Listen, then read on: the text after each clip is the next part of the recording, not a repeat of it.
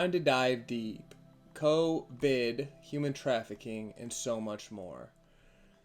So, honestly, there is, from the last time I talked to you and anyone else that's kept up and watched any of our other stuff together, we bounce a lot in where we're going because there's so much going on. And if anyone ends up asking a question, I'll read that off. But if not, we'll just do what we do, man. Our all natural.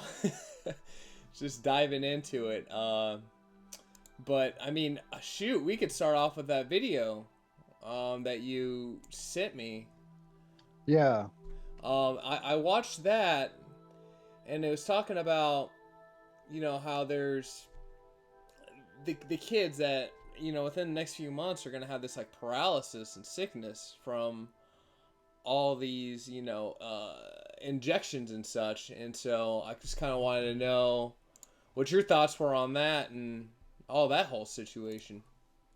Yeah. That's crazy. I actually looked at I think the CDC site. I told my wife's brother about it. He's a nurse. He's a registered nurse, I guess Mm-hmm. you would call it. And so he's pretty conversant with all that medical type stuff, and he's sympathetic to all the things that we talk about, and he's somebody that does his due diligence as far as research.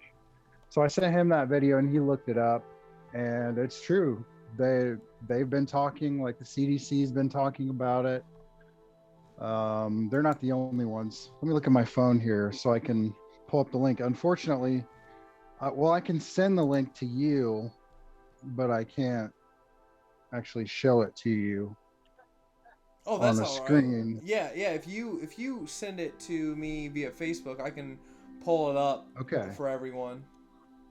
So you've got John Hopkins, hopkinsmedicine.org, which let me send that to you. It just goes into the fact that, they're saying that here in the next couple of months, I believe from August until November, they're talking about like this big spike of this polio like disease that's going to be cropping up in kids 5 years old. Yeah. And it just happens that they just have approved the COVID shot for kids 5 to 11, or it may have been a flu vaccine. I can't. Did he say COVID or did he say flu? I believe it was the flu, which Okay, which is also kind of wild that the which that's right. Yeah, yeah, okay, yeah. So they're working on getting approval for that age group from 5 to 11, and I guess they've gotten that approval. And he's talking about basically how his name's Brian Artis, and he's talking about how they've already predicted in advance that there's going to be all these cases of this polio-like disease, which what he says it actually is Guillain-Barré is what it is, which is like a disease from vaccines. And I don't know if you can get it any other way, but I know that a lot of vaccines cause it, and it's like a paralysis, like of different parts of your body and your one half of your face. yeah, yeah, yeah, yeah, and it can even be like your arm or anything along those lines Yeah, too. leg. Yeah, I think it's usually, if I remember correctly, it's usually like one side of your body Yeah. more Yep. so. Yep. So, and that includes your face as well. And what's crazy is I saw, I think it was on Instagram, all these pictures that they showed of all these different people from different like decades. They showed, a lot of men from different decades. And I think that they're like actors. And then they showed all these actors from today that have what looks to be like Guillain-Barré, where you can see it in their face, where they've got that, that paralysis. It's basically like what the post was kind of hinting at is that it's become normalized. You know what I mean? Like Yeah. there's varying, just like with autism, there's like varying degrees of it. And we've just kind of like, we've accepted it as normal. You have like your full blown autism, but then you have like, your kids that can't pay attention, that can't sit still. You know, like Yeah. you had, that's like, it's a spectrum. Oh, and I mean, And basically, like, go ahead, go go ahead. ahead. No, you go ahead. I was I was just gonna say it's become normalized. You know what I mean? Like, there's so many people that are vaccine damaged to one degree or another, and it's become so normalized that we can't see it. We can't see the degeneration Mm. of the human species that has happened Yeah. over, Over all this time, the last. and it's, I mean, even when it comes to, what's in our water system, and I know people have Exactly, heard this exactly. millions of times from me, and I'll say it 1,000,001. I get water that goes through osmosis and this backlighting and these other two processes that get rid of all that extra, the fluoride, the prescription drugs. Like, if people drinking out of their tap water, that is entering their system, and I'm to the point where I have to get a filter for my shower because our skin absorbs all the water and the product that goes into us. Mm-hmm. And I mean, dude, just Yeah. for 2 years, after 3 months, but it's been a few years now, and my mind state thinks so much smoother, and the process of everything is just so much clear. And like how I even, Mm-hmm. how I take stress, it's so much different now as opposed to having all those things and the prescription. And of course, the corporate America slash the world is pushing all these prescription drugs, and it just masks the effect of what it actually does to you. And so it's just like taking Mm-hmm. Tylenol over and over and over and over again. It's like, dude, you need to get sleep. Like, you can't just keep taking Tylenol. Yeah, or drink some water, you know. Like, Yeah. you get a headache, you're out in the sun all day. Like, I worked for a stonemason, and he didn't drink water ever. He said, like, I'm just not thirsty. And I'd be like, dude, you need to drink water. And usually every day around the same time, like in the late morning, early afternoon, he'd have a headache, and he'd have to take, like, I think he took ibuprofen or whatever for it. And I would just be like, you're probably just dehydrated.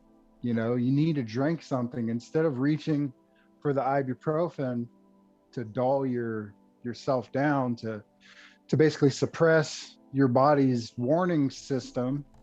You should just maybe drink some water and see if that helps you.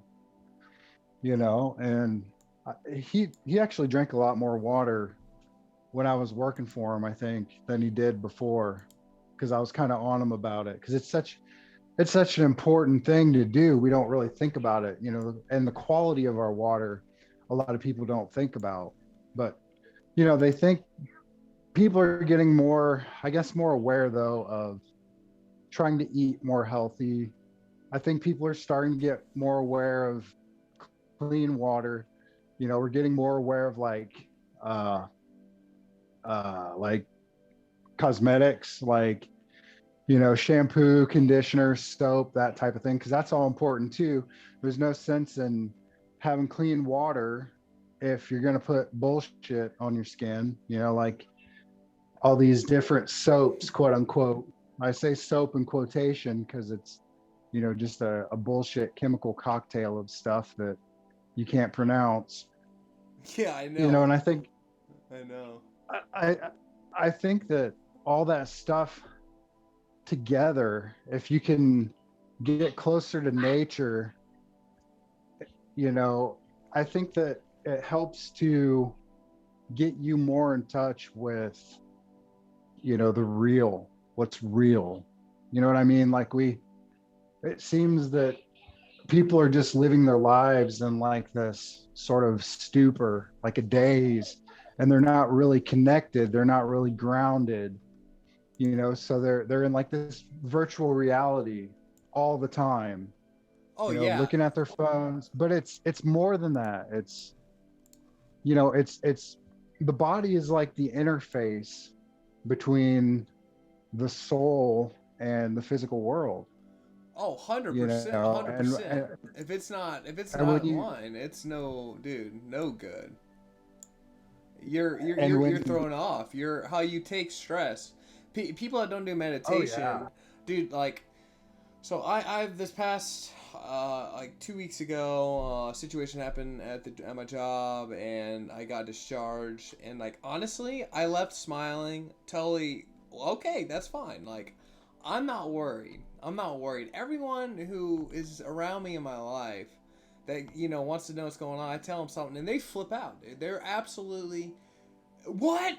Whoa! And then like, people also feeling like they have to say that someone that they're related to, like for instance, people in my position would be like, oh yeah, my brother shoots for Kali Muscle, these muscle videos and all that, and blah blah blah. It's like, dude, I don't want to be known for someone else's works. I don't want to be known for the quote unquote 9 to 5 I'm having to be in while I'm working towards being self-employed. Like, that to me is a terrible way to put in reference and definition of who I am. It's who I am and integrity and stand for. And it's like, all these people have all these fears and such, and they flip out because they wake up. It's immediately get out of bed and then rush. Time to go, go, go. Let's flip through open our phone first thing in the morning. Is there any dopamine coming in from any of these apps? Oh, I got a like here. And it's just right when they wake up, it's boom, dopamine. Like, how can I get my next dopamine? Let me get now this caffeine I need immediately in me. Let me get this alcohol as soon as I get off of work. Let me get this this prescription in me. Let me do all these things instead of just being, And I know that's how it was for me for the longest time, because I just would flip, I would wake up and go, and my whole day just felt like I was trying to catch up to myself, versus now I get grounded for 30 minutes and then I can take on the day with ease, or at least more ease than which I could have. But with all this toxic stuff in our vessels and the mentality, and lots of people struggle with porn, and even that psychologically really messes people up hugely. Oh yeah. And I'm just, I don't know. It's just like all these different things flying at you, and then the fear from the media. And this person, man, oh man, some of my family members it's either you're this hardcore Trump person, this hardcore Biden, and I'm just laughing because I'm like, dude, they're both corrupt. I'm libertarian. I would much rather just all be kind to one another, but just don't mess with my life, and I won't mess with your life. Mm-hmm. It's all collectivism, either side that you choose. Yeah. You're choosing to belong to the group. And I mean, the thing is like, Republican and Democrat is such an artificial way to categorize yourself. Like, if you're gonna lump yourself in with a group, lump yourself in with the group of humanity. You know what I mean? If you really want to lump yourself in with a group, that's the one to lump yourself in with, because we're all sharing this rock, going around the sun. This is all of our home. We ultimately all have to live here. We ultimately have to find a way to coexist to some degree, at least. Yeah. We have to, we're not physically capable of doing it all on our own. We don't have the physiology for it. We got to where we are as a species, for good or evil, by collaborating and working together, cooperating, and looking at, like the common good. But the problem is that the idea of the common good has been twisted, and it's been subverted by people that are highly selfish, they're highly parasitic, they're psychopathic, they're evil. The elites and their minions that manipulate us, they've turned that goodwill against us, kind of like where there's that quote by Lord Byron that says, "The road to hell is paved with good intentions." Yeah. And so, the whole COVID fear thing, and the pushing of vaccines, and the masking up, and the suppression of dissent, and all this, like, it all comes from, seemingly, if you're not awake, it comes from a good place. It comes from a place of caring about grandma, and caring about the the weaker members of society. You Yeah. know, it does come from a good place in that sense, but it's misguided. You know, it took the wrong turn in Albuquerque, as Bugs Bunny always said. You know, did I take that wrong turn in Albuquerque? Yeah. No, and that's the thing too. I have people in my life that, they're because I'm trying to. I was a hardcore on one side of the whole thing with the mask, and then I was in a relationship where it kind of altered my thoughts, and then the person who I make the show with, I'm working on this kid show with, he's an older gentleman, and I understand his thought process of it. You're over 50 some.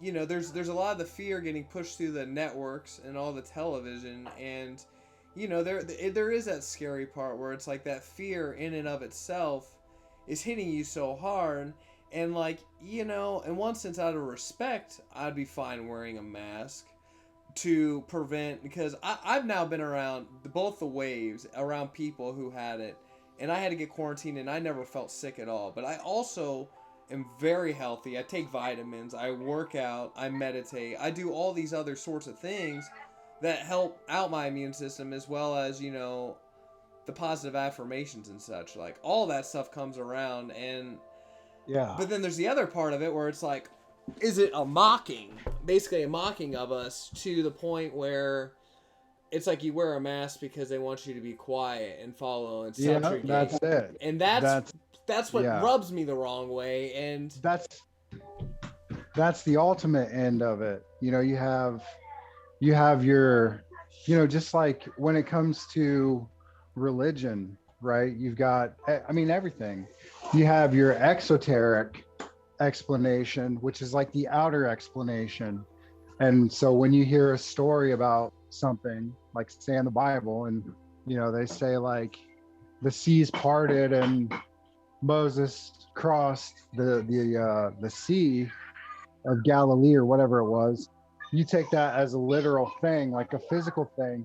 But then there's like an esoteric, which is like the meaning within the meaning. There's another meaning behind it. And that's the same thing with everything. You have like the cover story, which it sounds plausible. Yes, let's wear masks to prevent COVID, and let's take the shot to prevent COVID, and blah, blah, blah. But then meanwhile, the people that actually have instituted this program, at the elite level, are evil, and they're genociding humanity. They're making humanity weaker. The masks don't work. I mean, it's proven that the masks don't work. The masks don't work. There's been plenty of studies on it to show that they don't work. I believe there was one in Denmark, if I remember correctly, that was done, I think, last year. And we might have even discussed it. I can't remember. But it was like a double-blind study. It was like a, I can't remember what it was exactly, what type of study, but it was the gold, whatever kind of study. It was like considered the gold standard of studies, and they showed that the masks don't help. They're not effective. And also, like, when you wear a mask for longer than 20 minutes, you start to basically, like, your breath and the moisture starts to grow bacteria. So you're growing bacteria in that mask. And so you're breathing in constantly, as long as you're wearing that mask, you're breathing in bacteria that should dissipate. It should go into the air. I mean, there's bacteria everywhere. Just because you have a mask on doesn't mean that there's not bacteria in your environment. We're not the only sources of bacteria. And we have a human virome that's literally around us all the time. And I think viruses outnumber the bacteria in your body like either 10 or 100 to 1. And you literally have more bacterial cells in your gut than you have cells that are considered you. So that tells you how many viruses are around us at all times, all the time. And there's that CO2 that you're breathing in constantly, and it makes it so you can't. And that's the part that really concerned me with the whole mask ordeal. Well, and when you tell somebody that, they're like, "Oh, well, there's a study that says that that's not true." You know, there's always a study that contradicts another study that says it is true. You know what I mean? Like, Exactly. depending, you can like pick and choose which study that you want to go with, and you can poke holes in any of them. But my logic tells me that if I have something over my face, a covering of any type, then it's going to be more obstructed than if I don't. I mean, that's just fucking like, that's simple logic, you Yeah. know? Yeah. That's like, that, that's almost wisdom in a way, you know, because it's just, that's experiential knowledge. That's, you know what I mean? We get into this point where we don't pay attention to our own eyes, the things that we see. You know, we're always looking for like some expert to explain it to us, to explain the most simple thing to us that we should see with our own eyes, but we wait for some expert to completely contradict what our eyes tell us. You Yeah. know, in like a cognitive dissonance, you know, type of fashion. Oh, definitely. And that's the thing too. Everyone, there's so many religions around the world. There's so many, you go on MSNBC or you go over there to Fox News. There's so many contradictions with this story versus that story. And then even online, like that's Oh to yeah. me that might be the best place to look because it has the most open minds, free minds, but it's also the one of the worst places because it's anyone can do it. If you know how to code a program, then you can code your own truth. And so that's why my logic really goes from the heart and the feeling behind it. And Yeah. that, and now some people will say that's whack, and that's fine. I'm not too worried about that because everyone has that intuition. Everyone's had that moment where you're driving along and then you think of your mom or your dad or someone, and then all of a sudden that person's calling, or a loved one. Oh yeah. It's like there's these things that are already in front of us and occurring all around us. It's just we have to be attuned to it. And how are we getting unattuned? Well, the phones, the prescription, all the things, once again, all wrapped up from right what we were talking about. Like, how can you get distracted and how can you be put in a fear mentality? And that's what I feel like this whole game's been about.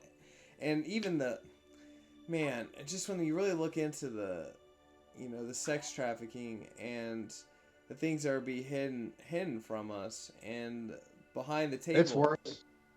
It's worse than that too, like just the human body part trafficking, and even of babies.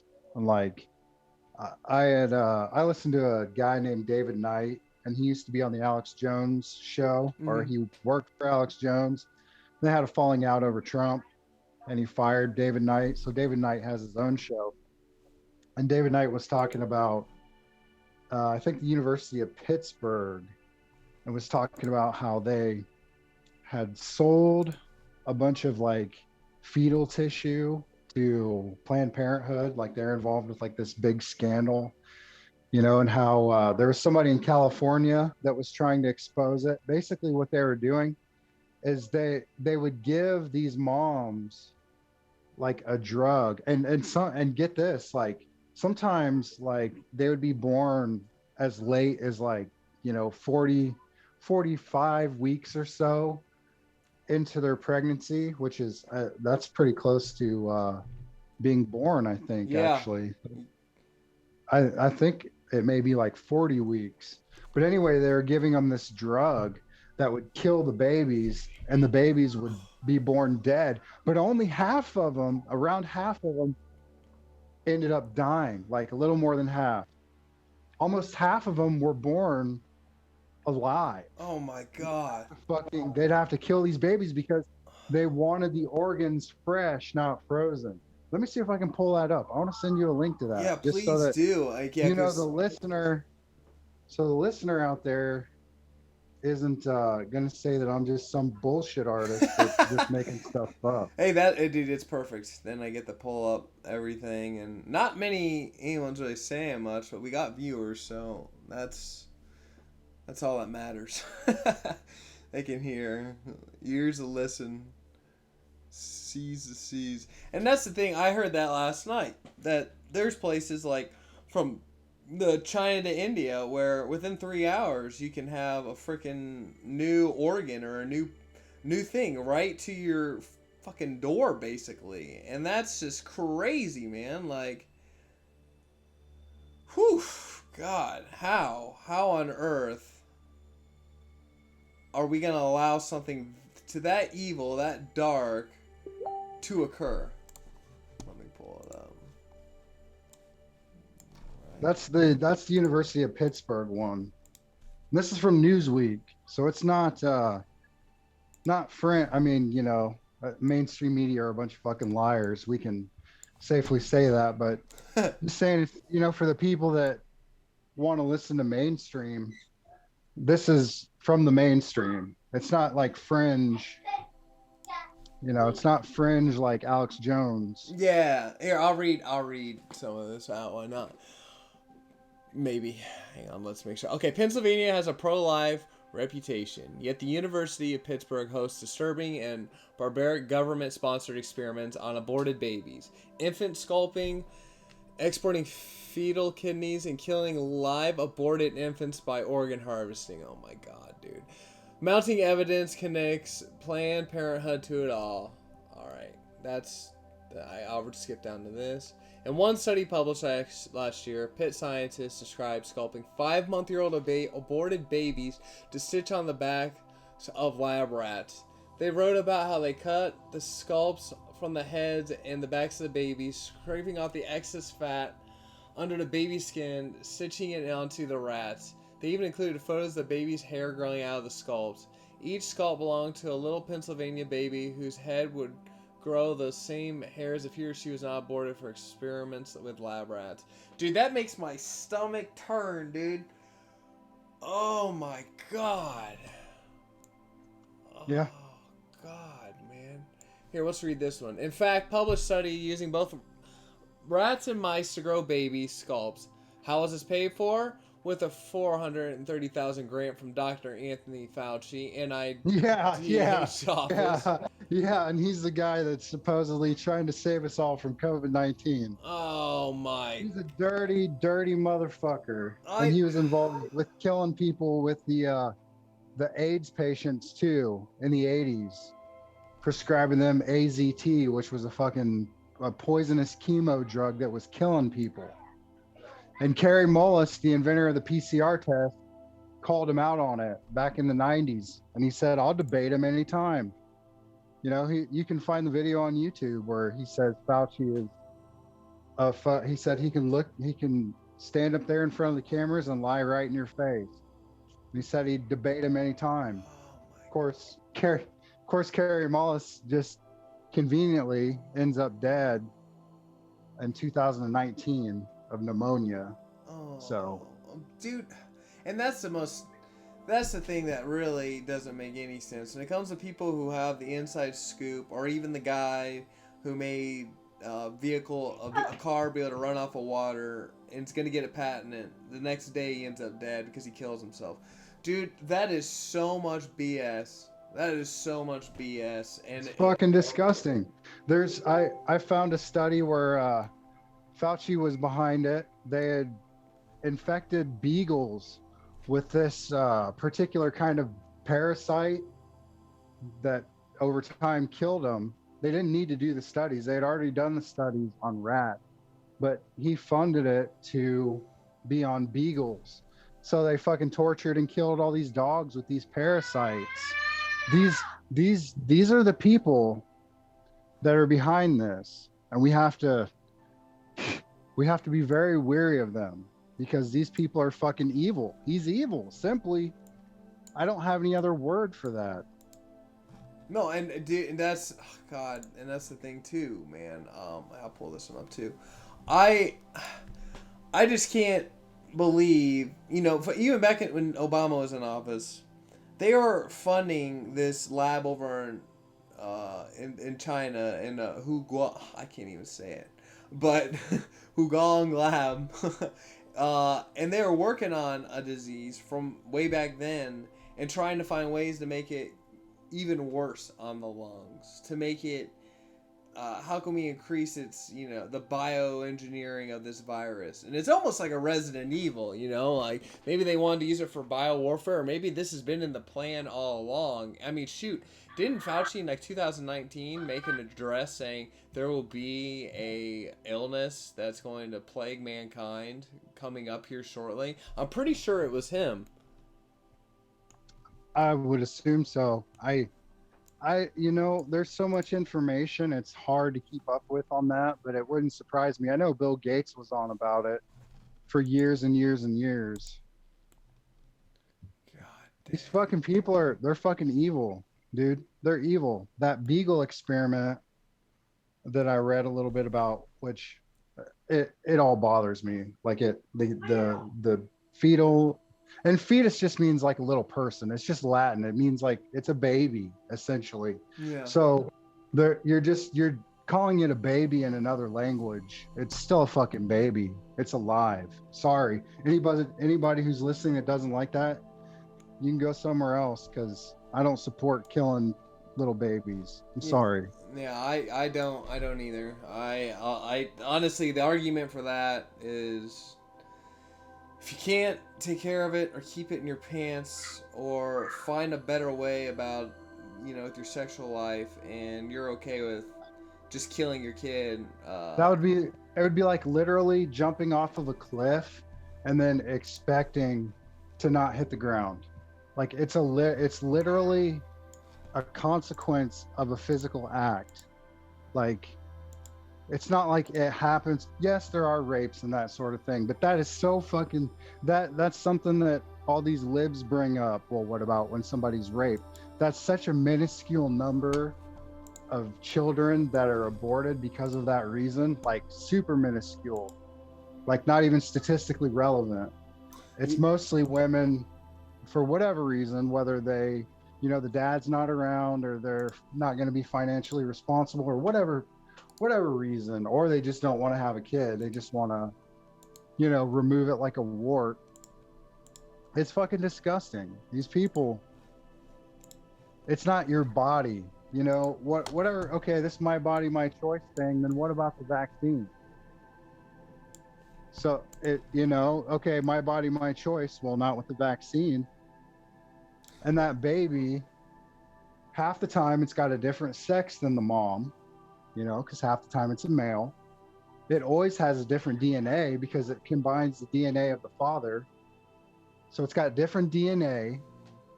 It's got its own organs, its own heart. It'll develop into its own person, separate from you. I've got 4 kids. I know they're all different than me. So it's not your body. It's a bullshit argument. It's a slogan. Well, it's a vessel. There's definitely, that's like, okay, well, then if you are driving and you did a manslaughter and killed a lady that was pregnant, you'd be charged for the kid and her. So it's not really making much sense, like, how can you say it one thing and then down the line break it in your own way? And it's just people finding ways to push, their agendas, finding ways to be able to make it so what they want can be justified and totally fine. And, the stuff like with Planned Parenthood, to take to take anything off that and saying it's okay, like, oh, it's totally fine. It's like spare parts. It's like taking spare parts off of a vehicle or something. You know what I mean? It's like parting out an automobile is what they treat it like. Oh my God. It's fucking disgusting. And these are the people that we've put in charge of public health in this country. And we wonder why this country is such a train wreck. Well, it's because the dark current is the thing that's controlling everything, and so everyone's gonna get on Twitter and start complaining about the dumbest things in the world when the worst things, atrocities, are happening all around and no one does anything about it. And they'd rather just ignore the fact that things are going on and numb themselves away from it. And I'm not saying or advocating it's the healthiest thing to dive into everything all the time, but it's better to know the harsh reality of the truth and have a bad taste in your mouth than live in a false illusion that True. when you die, you're even more lost. You're Well, and I mean, so if you don't know about Fauci with the abortion stuff, if you don't know about Fauci with the AIDS stuff, if you don't know about Fauci with the Beagle experiment, all the, and it's not just Fauci. I mean, it's true that it's an apparatus of, you know, basically like barbarity, or what, I don't even know what to call it. It's an apparatus of like science gone evil, science gone wrong. But if you weren't aware of those things, then it would be easy to see somebody like Fauci as like a hero and listen to whatever he says. I mean, it's stupid, because anybody who's logical says that's a man right there. I'm not gonna worship the man, because he's a man. He's compromisable like anybody else. He could be lying to me. A message is something to get more passionate about than necessarily like the messenger. The messenger is just one who brings the message. And if you really look at Fauci and all the things that he's done, then it makes you question the message. You know what I mean? Like, yeah. and all of his associations with, the Gates and with China and everybody else that he's got associations with. Well, he's been put. There's a limelight placed upon the individual, just like for sure, a Hollywood actor or something. When there's a certain limelight, or the like the music industry.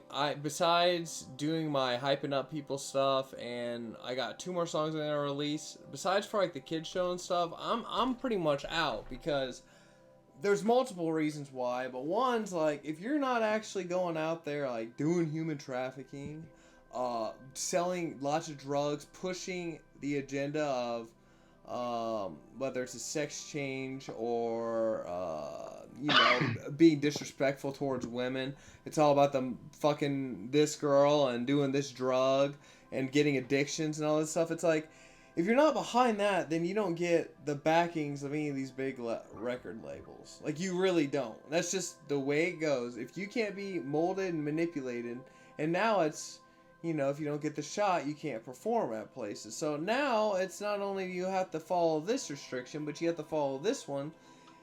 And I'm just not doing it, dude.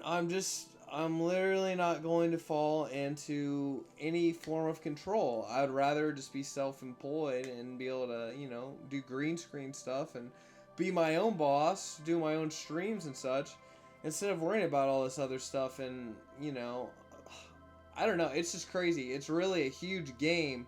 And so there's all these agendas and things being pushed on the back line, and people aren't even aware of it. And what's it do? Well, it populates more people to want to make the music a certain way and have a certain flash to it. Like, I need to have this car, I need to have these shoes, I need to have this lifestyle. And it's like, for adults, it's either there needs to be drama. This is a quote from my brother: drama or something flashy. That's how it is for adults. If it's not one of those two, unfortunately, they don't eat it up.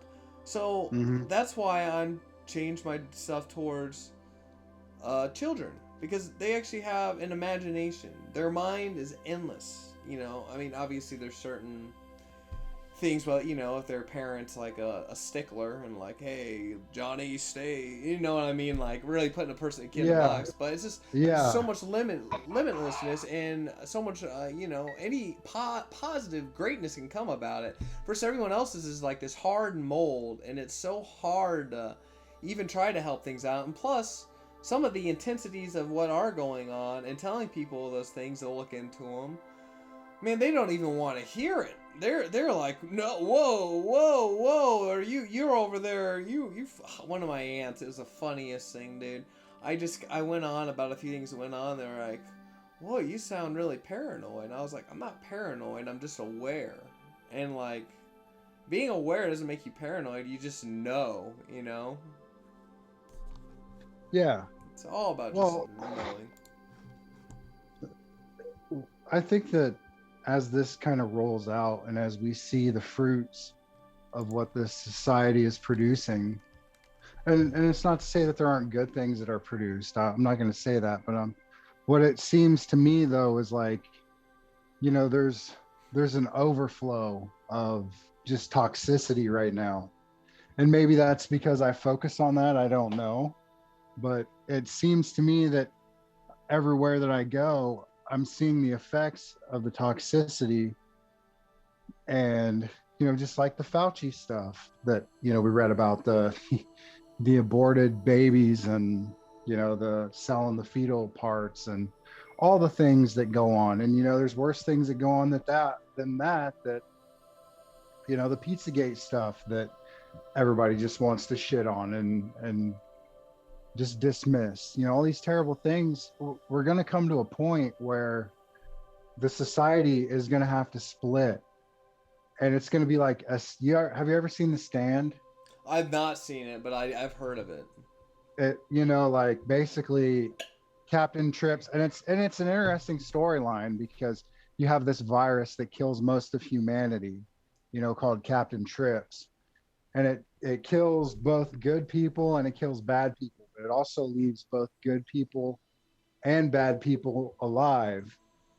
And the good people go to Colorado with this old black lady named Mother Abigail, and the bad people go to Las Vegas, which is I think, an apt place to go for the evil people.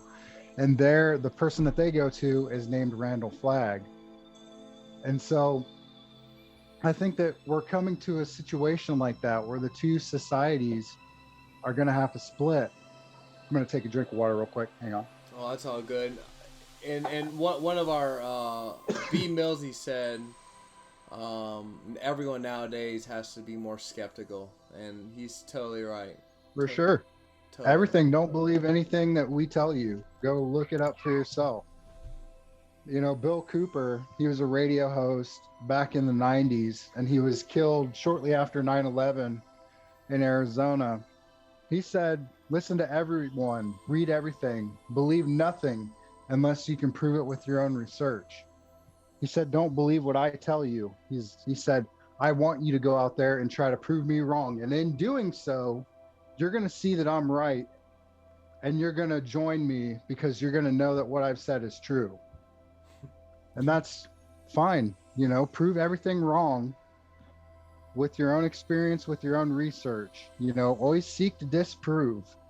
Oh, and in that process, you can prove those things to yourself. Exactly. And I mean, that, instead of the emotional, you say blue, I say red. Instead of the emotional, oh, right when he said blue, I can't believe it. It should be, do your research and be calm about it. Like, yeah. So people say we're in the apocalypse, and I agree, but my definition of apocalypse to the Greek is the unveiling. And so, yeah, and that, like, removing a face covering. Yes, right? Yes, exactly. So it's like all the false things are going on, whether it's on the television or the illusion is all being ripped apart. And like, since 2012, I've become another level awakened. And that's what the minds are talking about. Not the end of the world, but an awakening. Bless you if that was a sneeze.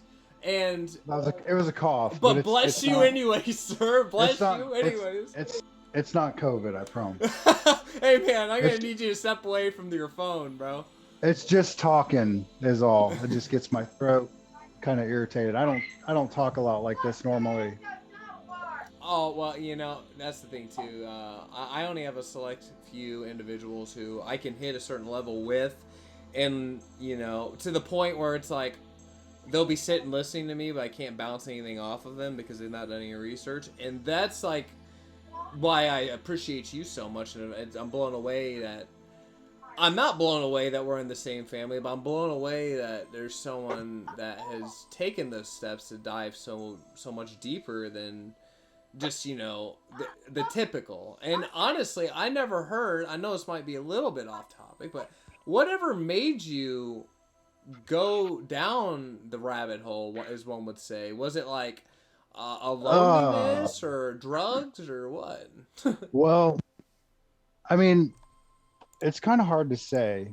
I could almost say that I was born as an outsider, my whole life. When I was a kid and I would play with other little kids. I wasn't really raised around kids. I mostly was raised around adults. I was the firstborn, so my brother wasn't around until I was 5. And a lot of your personality is already pretty well ingrained by the time you're 4 or 5 or Yeah. whatever. At least the structure, the framework. Oh, And so 100%. I was raised around adults, my parents and my grandparents, especially my dad's parents, and to a lesser degree, like, our mutual grandparents, Yeah. but obviously after grandpa died, and he died when I was little, he died in 85. So I was like about a year old. So I didn't really know him. And grandma, I was around her a little bit, but not as much. But that's not really important. But I was mostly raised around adults, and I didn't really relate to other kids very well. It was kind of always awkward. And but I always had a rebellious streak. I can remember my mom telling me a story of, I had a babysitter that was trying, I was probably about 4, maybe 5, and she was trying to get me to drink some tomato juice. And I fucking hated tomato juice. And my mom said that one day she came to the babysitter's house and she caught the babysitter trying to pour the tomato juice down my throat to make me drink it. Oh my gosh. And knowing my mom, I'm surprised my mom didn't kill her, but she didn't. She just took me out of there. I never went back. And then I can remember kindergarten, they're trying to like manipulate you to tie your shoes or whatever, which it's an important thing. Don't get me wrong. I'm not saying that my resistance is always, it's not always a positive thing, but the way that they go about trying to like nudge you to do things that you don't want to do, I could see that. And so they, when they at PE, when they're like, well, we want you guys to skip to my loo, and we'd have to like skip around the gym. And I was like, I don't want to skip to my loo. This is stupid. I'll walk. I would just walk. I wouldn't skip. And they'd be like, well, skip to Ninja Turtles, trying to like manipulate me, but it didn't work. I could see. And so, I never really fit in with the system, but my assumption was always that there was something wrong with me. You know what I mean? I took it that way, like everybody else is going along to get along. And here I am having this difficulty with sitting in class and paying attention. And like when they would be doing a lesson, and of course, I understood the lesson. Like I would have been a really great student if it wouldn't have been so boring. You know what I mean? Like I knew everything that they were trying to teach me, but after they've gone over it for like the 5th time, I'm like drawing stuff, like Yeah. I was really into like Native American stuff, and I was really into the idea of like not wasting an animal and having like a reverence for nature, even at an early age. When I had heard about it, it was something that was like intrinsic, within me. I knew that there was a truth to it. And so, but I didn't really come into awareness until like my late teens and when I was out of high school. And I had been really depressed, and I was hanging out with a friend, and we went over to another friend's house, and that friend had a girlfriend that was, she was on all kinds of like SSRIs and different like psychological medicines. And she took all kinds of shit, and she was like a small little thing, but she took a lot of pills, and she had this Zoloft, and I had never taken Zoloft before. I was on Paxil when I was a teenager for a brief period, so I knew about taking that, and I'm like, hey, I'm kind of depressed, I'll take this, So I took it, and it had like a super adverse reaction, like immediately. And I just took one. I didn't abuse it. I shouldn't have taken it at all, but I got this fire that started from like my ox coccyx, which is the first vertebrae, down by your ass. Yeah. I had this fire. It felt like fire. It was so hot. and it moved up my spine. I felt it like jolts of electricity, like crazy. It had like this super crazy effect, and like I had this super bad panic freak out. I went to the ER, and my pulse was going crazy. And I mean, I'd already taken it, I'd already eaten, so I had to write it out. But I didn't get back to normal for a long time. Like it psychologically did something to me. And I don't know if it was, I mean, yes, it was whatever it did chemically to my brain, but I think that even after it probably got out of my system, like something had changed. You know what I mean? It was like the catalyst. Definitely, dude. It's just like when you first time someone ever does a psychedelic and then they come out of that, they are a different person because you went to a different dimension internally, and for you to return. Aren't SSRIs? Some of them like chemically similar to psychedelics? Are they not? Like maybe I'm getting my wires crossed here. SSRI, I need to even see what that. It's a selective serotonin reuptake inhibitor. Yeah. I mean, I want to know if I would call. I mean, it's an antidepressant, and so it definitely can. Well, it affects your serotonin, is what. It affects it affects the chemical composition of your brain. You know what I mean? Yeah. But anyway, so it was from that point that I started to. I mean, I always had an interest in like occult subjects, even as a kid. Like I watched shows like Sightings and stuff, like back in the early '90s, where they talked about UFOs and they talked about different things and like supernatural things and stuff. So I was always drawn to that. But I was flipping through the radio dial one night and I heard a radio program that was called Coast to Coast AM. Not sure if you ever heard of it. Oh yeah. It's super popular. And I didn't realize it was syndicated on different AM stations. I didn't know that at the time, but I couldn't sleep because of, my anxiety and all that stuff that I had gotten from taking that pill and the effects and the psychological. But I remember somebody talking about plants having a consciousness. I just happened to like flip the dial and I left it there because I was like, wow, that's holy shit.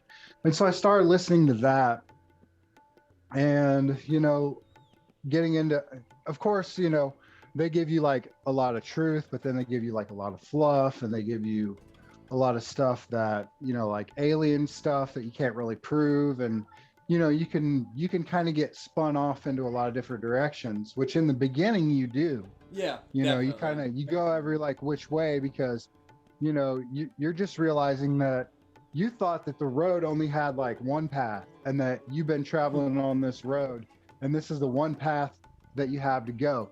But when you learn about all these other paths that you can go, like some of them just don't go anywhere. Like, this particular path might go for a couple of miles and then stop, and then you got to turn around and be like, okay, it's a fucking dead end. This isn't where I'm trying to go. Yeah.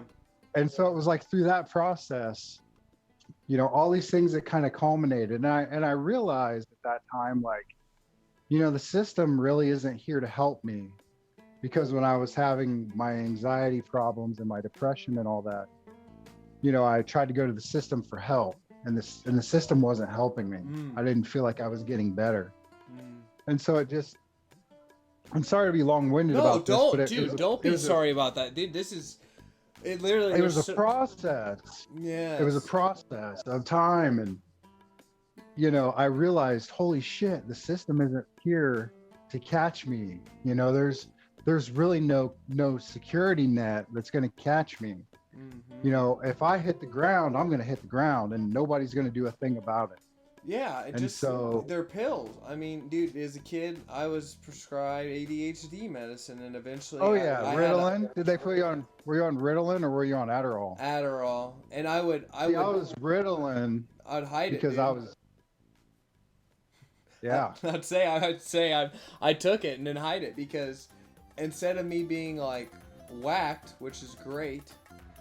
I was completely like a robot, dude. Emotion. I couldn't even express my emotion to its maximum. It's like, when I was 21, they give me blood pressure medicine. Not, you should probably go work out, or you smoke cigarettes. Well, you should try to get off. More like take this pill and just keep along in the process. Change your diet. Are you high strung? How are you managing your stress? What kind of a spiritual life do you have? Do you have any spiritual life? When a problem comes, how do you approach it? There's all these there's so many subtleties for how these different processes work in the body. Like we just look at the body, and I'm glad that, even Western medicine is starting to look at the connection between the mind and the body. Because for the longest time, we've just looked at the human body like it's just a machine. And, your thoughts don't really matter. It's just, it's a machine. You put in good food, you take care of it, everything's fine. Well, that's not so, because your thoughts and the things that you focus on have an effect on your physical body as well, because it's the interface between, this world and your spirit, whatever you want to call it, your soul. Yeah. And if you're having all these negative thoughts, or you're having thoughts of fear, or you're having thoughts of inadequacy, or your thoughts of guilt, all these different thoughts, well, all these emotions that you have a physical place in your body that they affect. Yeah. Oh, dude. You nail it. That is so right on, man. And that's exactly what comes down to that meditation, or some form of relaxation, of unplugging from the machine, comes into play so badly, because otherwise you're just running off of, they call it television, tell lies to vision, and then it's called a program to program you. It's like, and everyone's just flipping through all that. All you're doing, and it's a black screen. Black mirrors. Does anyone know what black mirrors are? Yeah, black mirror. Yeah, for scrying, right? Exactly. And contact, and also mind control. Like, you can use it for massive type of mind control. Even if it's in your subconscious, it can still go on. It's the intent behind it. And that's what's scary, is these people don't even realize, like you said, you got into the occult. Like, I got heavy into it at a young age. I was always pulled to it. And even when I was going hardcore into church and all that, and even for a little bit there, I thought about being a priest, I always had this pull, like, dude, this is just the topsoil. Like, wait till you get even deeper into it and learn about other cultures and religions. And then demonology, learning about ancient religions and cultures that predate, pretty much all the history which we have. And there's Sumerians, and then there's even civilization before that we have nothing about. And so it's and there's different cultures that talk about, there's been different renditions of the human experiment, and that we're in, some cultures say we're in the fourth rendition right now, and other ones second. And I know all that is pretty wild and whacked out there, but it's like, there are things you have to go ask deeper questions to. And if you just looked at, like, if you tell your kid, watch cartoons now, and then the ones made in 1997 or the ones earlier have no effect on it, that's a complete lie. They based a lot of how they do their cartooning and the animation quality, how they made it better as the time progressed on. It's like, dude, you gotta look back at the steps before, which is going on now, how the system get in place. And yeah. Well, as far as the occult goes, when I say occult, obviously I mean like the hidden. Yeah, exactly. Like that's yeah. I always had a sense that there was something deeper beneath the veil.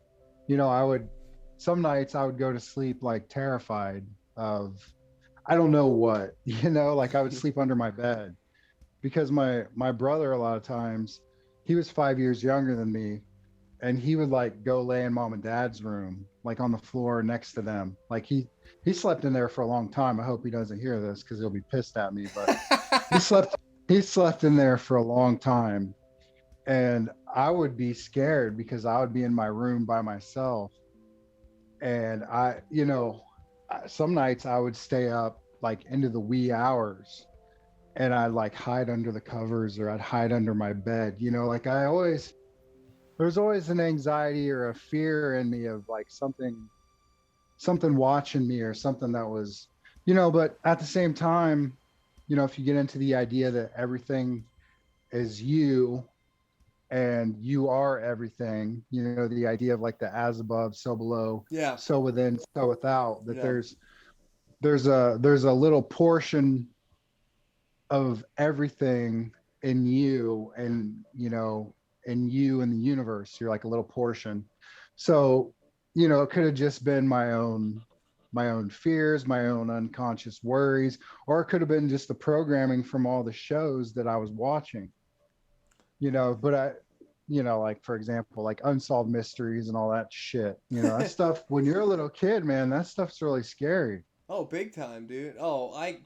There was plenty of movies. I was scared of Snow White, and so every day I'd watch it over and over Oh as a yeah, the kid. witch. Dude, The witch. dude, terrifying, dude. Absolutely. And then my dad would shut the door and you're in the basement and turn off the light and yell, "Bony old The lady." bony old lady, yeah.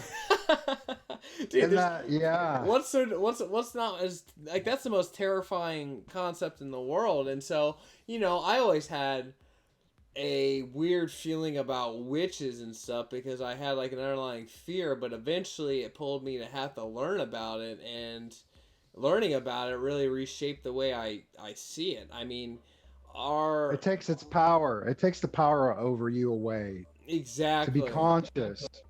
Yes. The fear's gone. And so then you don't have to have that programming fear of, oh, a witch is bad, this, that, and the other. It's like, dude, some of the people that made medicine before medicine was a thing was considered a witch. People Exactly. who talked about ideas outside of the regular concepts were considered a witch. So yeah, call me a witch. That's cool. Like, I'm not thinking inside the box, and I'm also not going to limit myself to what's in the box, because if you have a strong enough message you believe in, if you are willing to say I'm going all in on what I believe in to either help yourself, help humanity, Yeah. Yep. then that's the way to do it. Otherwise, what are you doing?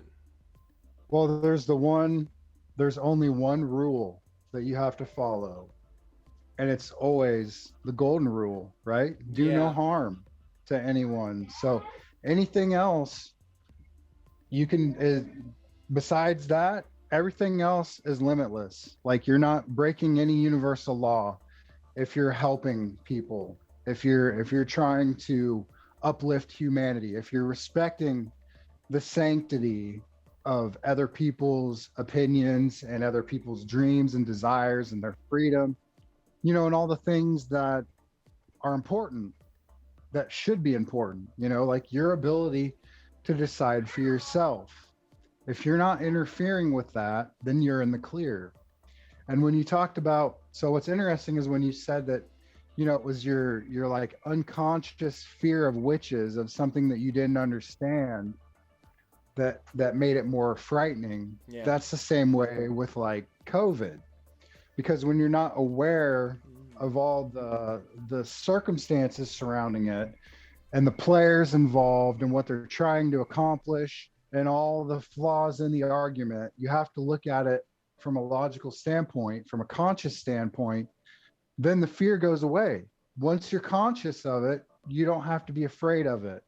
Once you understand, Yeah. you know, Yeah. Yeah. you And, have, but and that's you rough. have to understand. It is. It's hard because, you come to believe something based upon whatever your criteria of how you come to believe it, whether it be somebody implanted the idea in you when you're a child, or whether somebody, over time you watch the news media and they implanted it, or however it happened, or even your friends, that implanted it in you. It takes root like a seed, and it becomes a part of your experience. And anything that contradicts what your experience is, or what your perceived experience is scary. Oh, definitely. Anything that's outside of what you've originally been brought up with, especially if something's as big as the fear of hell or something like that. Exactly. That's like literally a spiritual. Oh my gosh, man! And you see, the big thing, like when my dad, his last few months, I didn't, I was happy he was able to find his way and how his spirit could have the most peace and all that. Now, in my own life, I don't walk in that same direction, and I know my mom would like for that to have been the case, but I have my own way and direction, and I think it's a way to have that peace in your own spirit. And so I'm not out there trying to say, because I think every religion, whether or not I believe it's fundamentally true or not, has gold in it. Everything can have gold. Even a terrible day can have gold in it if you take what you learn from it and apply it into your life, or the next day. Like, bettering yourself with it. But, it does hit a point, though. It's like, are you accepting the reality that you're told around you? Because you don't know where else to go and you're super scared, so you'll stay plugged into everything and you'll refuse to unplug? Or did you actually consciously make that decision yourself in why you believe that what you believe? And I just feel like the whole world basically gets hit with, they're super scared, and so they just stay plugged into what they've been told their entire life, and they refuse to go outside of that. Which is also why I think psychedelics is one of the biggest ways people start to look outside their original perception, because they see things through different eyes that, like, alcohol doesn't do that. I mean, I could say marijuana does in a certain way, but alcohol does nothing but it almost makes you more into the world, like so much more grounded into For sure. it. For sure. It does, because it dulls your senses. It makes your reasoning ability a lot lower. I mean, physically, it makes again, your body is the interface. It makes your body not as, how would I put it? Just it basically gets between your mind and it goes into your body, and it affects the interface between you and reality. Alcohol, you know what I mean? Yeah. Music doesn't sound as good like when you smoke weed, for sure. Like when you listen to music, it gives you like that different appreciation. It sounds almost better, like it locks you in that moment, and you can like appreciate that music and hear things that you never heard before. Alcohol, for me at least, doesn't really do that. It's just kind of like how would I put it? It's just like, it's like a fucking big elephant walking in like an antique mall. Like you don't even appreciate it. You see all these people like hanging out in the bar, and they're just like listening to the most fucking terrible music that has like no soul. It's just, you know what I mean? It's just like radio rock bullshit. But if those people were smoking weed, man, they would be listening to like shit that had meaning, if that makes sense. Oh, dude, yeah, and something. I mean, some people do relate to that, keeping themselves inside that dark mode, like in the sense of like, there was a time when I was going through a rough period in my life, so I put on specific types of metal so I could really soak it all in, and really be that toxic. But I feel like with alcohol, you can get trapped in there. You can get really trapped in there, and For sure. I've just, for myself, other people have other issues in their life, but like I barely drink because I hate the repetition, the poison, the fact that our government allows alcohol and not barely CBD already just points barely. right there. And then cigarettes, that's legal. Horrible. Absolutely horrible. Like, these things are cool and fine, y'all. Go ahead and do it all you want, but you do any of these other things that might help you out, oh man. Yeah. Off with your head. Yeah, well, that shows you that, well, and caffeine too, like caffeine. True. And we just look at caffeine like, it's nothing, because we're also like desensitized to it, which I don't ever drink caffeine. So when I do, like, I'm jittery and I feel wired. But we we encourage, as a society, we encourage drugs that make you quote unquote more productive in terms of a material sense, Mm-hmm. and also drugs that make you more like repetitive.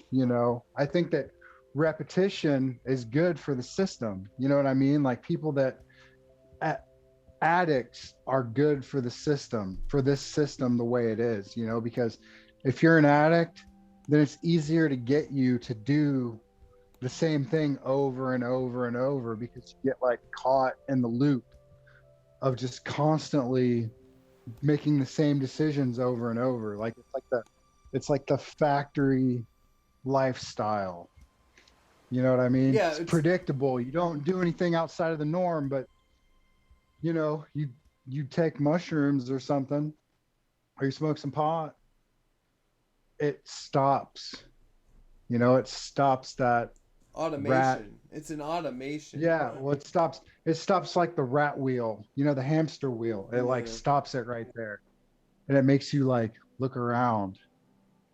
Kind of like, it essentially like grounds you in that moment, if that makes sense. No, it really does. I mean, that's kind of the reason why I preferred that than the other, is because at least by the time I would come down from it, maybe I would say, "Whoa, man, I definitely am gonna lay off smoking that stuff for a while because I just went on a 2 hour life Yeah. search within that had my adrenaline kicking off, and all these thoughts went through my mind, and it's And helpful." that, yeah, that happens too. Like the freak outs for, I mean, some people maybe they don't get them, but I know that the way that my mind body chemistry works, especially with cannabis and depending on the strain, like it will, I will have those like introspective, like freak out, scary,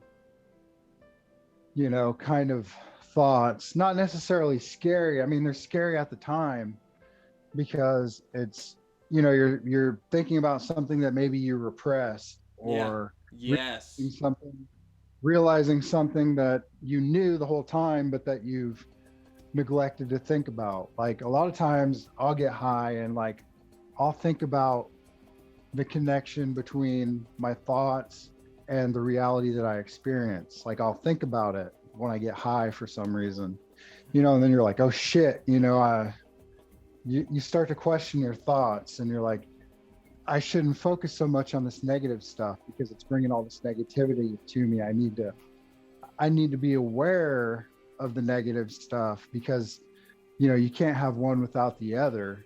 But at the same time, like I need to focus on the world that I want to build for myself and hopefully for humanity and for the earth, rather than focus on the world that I see with all the problems. You know what I mean? Like it's just a different way of focusing your intention on what you want rather than what is. Yeah, And, yeah, and and I think that's that, and I mean that's what I mean by like finding a way to unplug, because that right there is also a balance beam too, because you can get stuck in the repetition cycle of always doing it, and then you eventually become in the cloud, and you never mhm, know what it is, and then you always have to hope that you going in deeper into the cloud is going to pull you out of the cloud. So it's like definitely a balancing, which is where there's a difference between medicine and addiction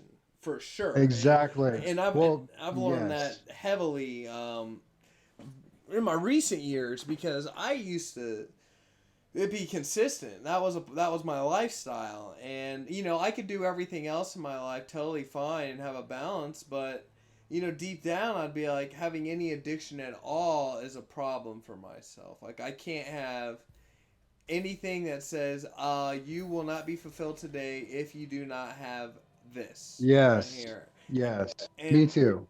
and that's, I mean, that's why it's been so much more helpful for me, because anytime I would go do something like that, it's more of a spiritual thing instead of a, all right, let's just blast off and forget everything that's going on. But then there is those times where, it's been 3 weeks or something, you're sober, and the day you're getting upset with your day, this is happening and this, which, a great quote I heard is, when you're calm, your enemies cease and your problems dissolve. But when you're stressed and worried, your enemies and all things start to multiply. And you can see it. It's like you wake up late for work. You're trying to get ready really quick. You stub your toe. You spill your coffee. Every single red light. Traffic. Yep. Yeah, traffic is super slow. There's somebody in front of you that's like, the speed limit's like 55 and they're doing like 40. And it's like a one lane highway and it's no passing and you can't pass them. You know what I mean? Like Yep. I've experienced that so many times. It's unreal. And I think that when you're in that, if you can just take a deep breath and kind of, just put it into perspective. If you put it into perspective, then you can get out of it. But man, when you're fucking in it, dude, it's like it's impossible to get out of. I know. And that's, unless there's, I've been, just this past 2.5 weeks, there's a specific meditation I do. It takes 30 minutes. And so, like, I have had to adjust my schedule just for it. But I get to go through all these mental processes, and it starts off with gratitude, and then it starts off as, like, what's the best way to put it? Power statements, where it's like, a positive affirmations, basically. So you gratitude, positive affirmations, and then going into a phase of, like, what happens if you don't become your greatest self? Like, who are you letting down in your life if you don't go out there and do your best? And, you think about your friends, think about your family, you think about the future generations who could hear something that you say and it be a seed that they can then plant in their own garden. It can be, who you want to be in the next couple years. Like, who would you let down? And then pushing all that into a dark cloud and then blasting it away from you. And then the fourth one is you allow yourself to become that phoenix, which is after you go through the gratitude and then the power statements and then what you don't want to be, let yourself turn to dust and then come back form as your new self for the day. And I mean, it's really awesome, and it's made it so, like, I have a better start towards my day instead of that rolling the dice and hoping for it, because then you can. I really had a struggle, that's the thing. I don't know about everyone else and everyone else's morning routines and all that, but I would just wake up and then rush. I mean, I was a dude that middle school and high school, it was wake up 5 minutes before you have to be either at the bus stop or at, in my car going off to Oh yeah, school. And I somehow take a shower, somehow ate food and got my clothes on. Like, that must have been the absolute most ridiculous game show. Ding, ding, ding. Hey guys, I'm up right here. Let's go. How fast can you do it? I put down $20, for sure. Tim. But Yeah, I know the feeling. yeah. Especially you're in the shower and you're like, what time is it? I would like I would count. I'd get in the shower and I literally like count. And I'd be like, I got to get out. Once I count to this number, I have to be done because this is all the time that I have. You know, it got to that. I was the same way. Like I would wake up, I mean, I don't know. Sometimes it would be like 5 minutes and I'd literally like not be able to do anything, Yeah, you maybe barely brush even my have enough teeth. time to put on your pants. Exactly. Like, or maybe even wear the same pants that you had on like last night or whatever. Like it might be the same pants from yesterday because maybe you still have them on and you're just trying to get out the door. Like that has happened to me.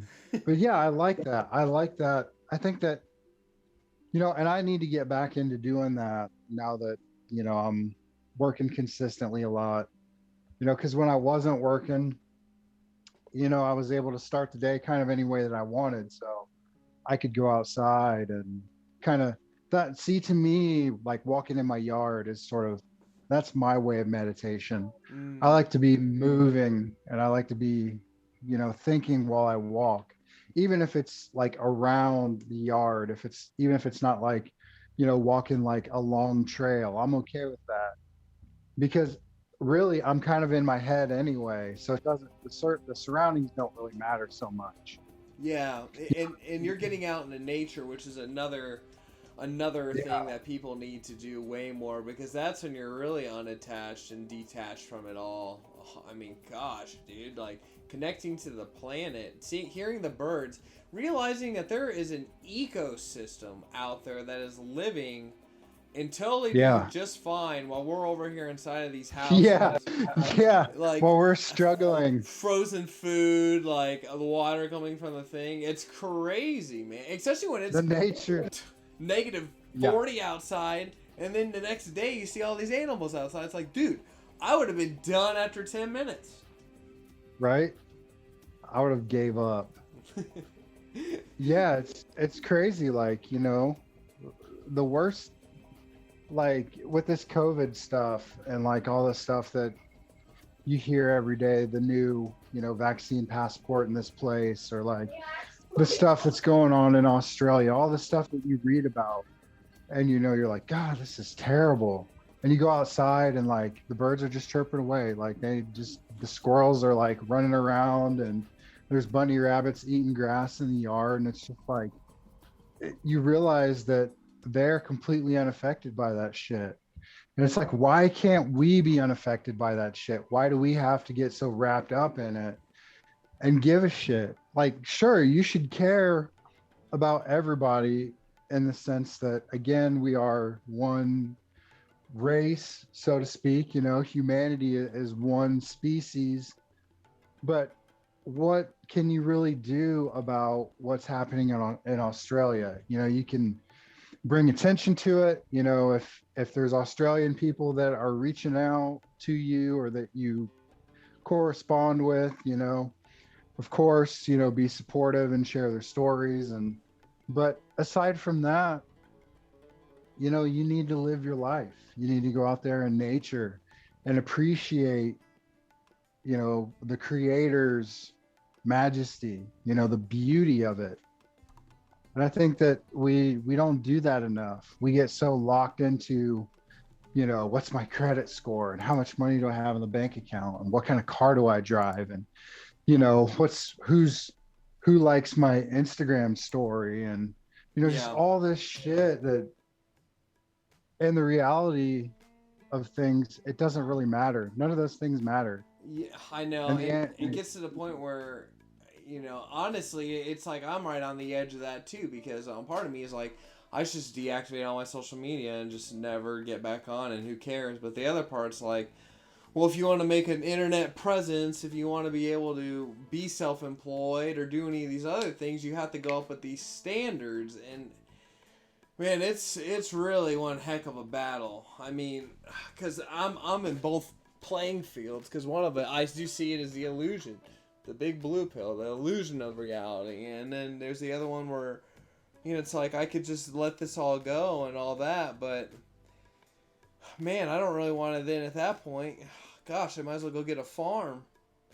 Honestly. yeah, I've thought about that. Just if it continues to go in the direction that it's going, with the surveillance state and all that, which, I mean, the governments are going to roll all this out no matter what, because it's the agenda. Like I was so disheartened last night, and again, like I told you before we got live, about, how my night went. It didn't go very well. Yeah.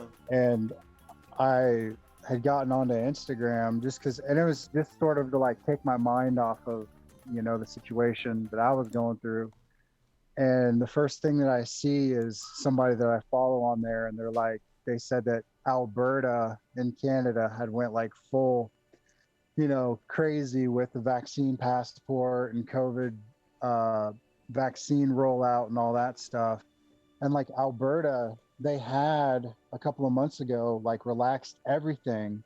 They literally like were treating COVID like the flu, which I think is what it really is, because the PCR test, in truth, the PCR test can't differentiate between flu and COVID and any of this other shit. And that's one of the reasons why it's being recalled in December. They're not going to use it, but we can get to that. We can get to that later.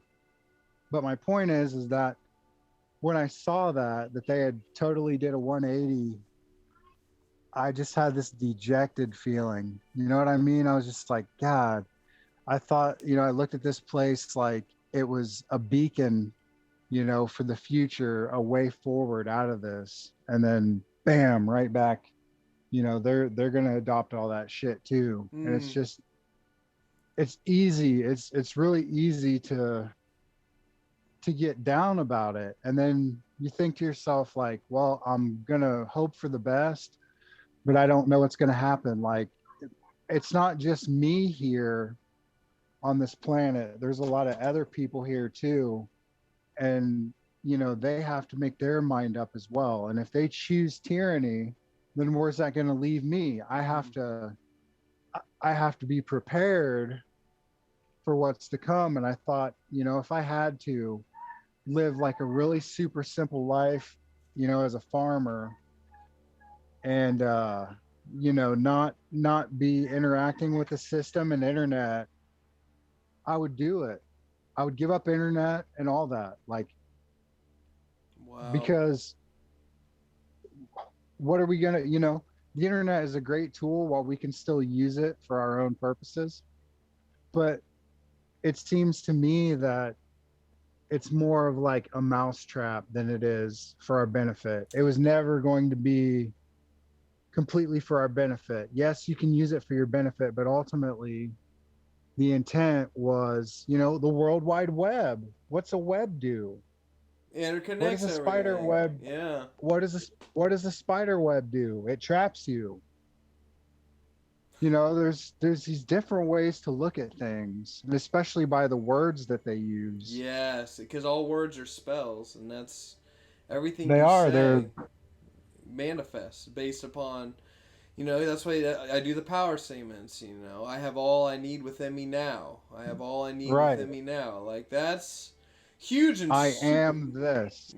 Like Yes. I am this, not I will be or I hope to be, but I am. Mm. If it's all within you now, then the only thing that's getting in your way of you achieving it is yourself. Yeah, yourself and It's in the realization that all things in the astral plane can appear like, but here on this plane of existence, it takes time for things to come, and that's why exactly. good things come for those who wait. Well, it takes a lot of putting in work for certain things to make stuff that actually, I like my show for the kid show thing. I'm putting so much heart and spirit into it that like blows all my music videos out of the water. I can hear a beat, write a song. Don't get me wrong, it'll still have a deep meaning to me, and the video itself will have energy, but like you can bust that out in a week in all reality versus a show, something there's just consistent time, consistent thought process. It's just more energy, but it's also like can make a bigger wave based upon, the amount of energy you use and push your limits. And like in order for us to become better, we have to believe that we can, and then know where we want to go instead of just because that's also the thing too with the Instagram, TikTok, all that, Facebook, that you can sit and scroll. Yeah, you can sit and scroll, but there goes an hour of your life you're not going to get back to be able to, instead of looking at someone else's this, that, and the other, for you to put time into learning that guitar chord or learning, that bit of information that, might be huge, some occult information that's able to change your life forever. Everything is energy around us and everything is vibration.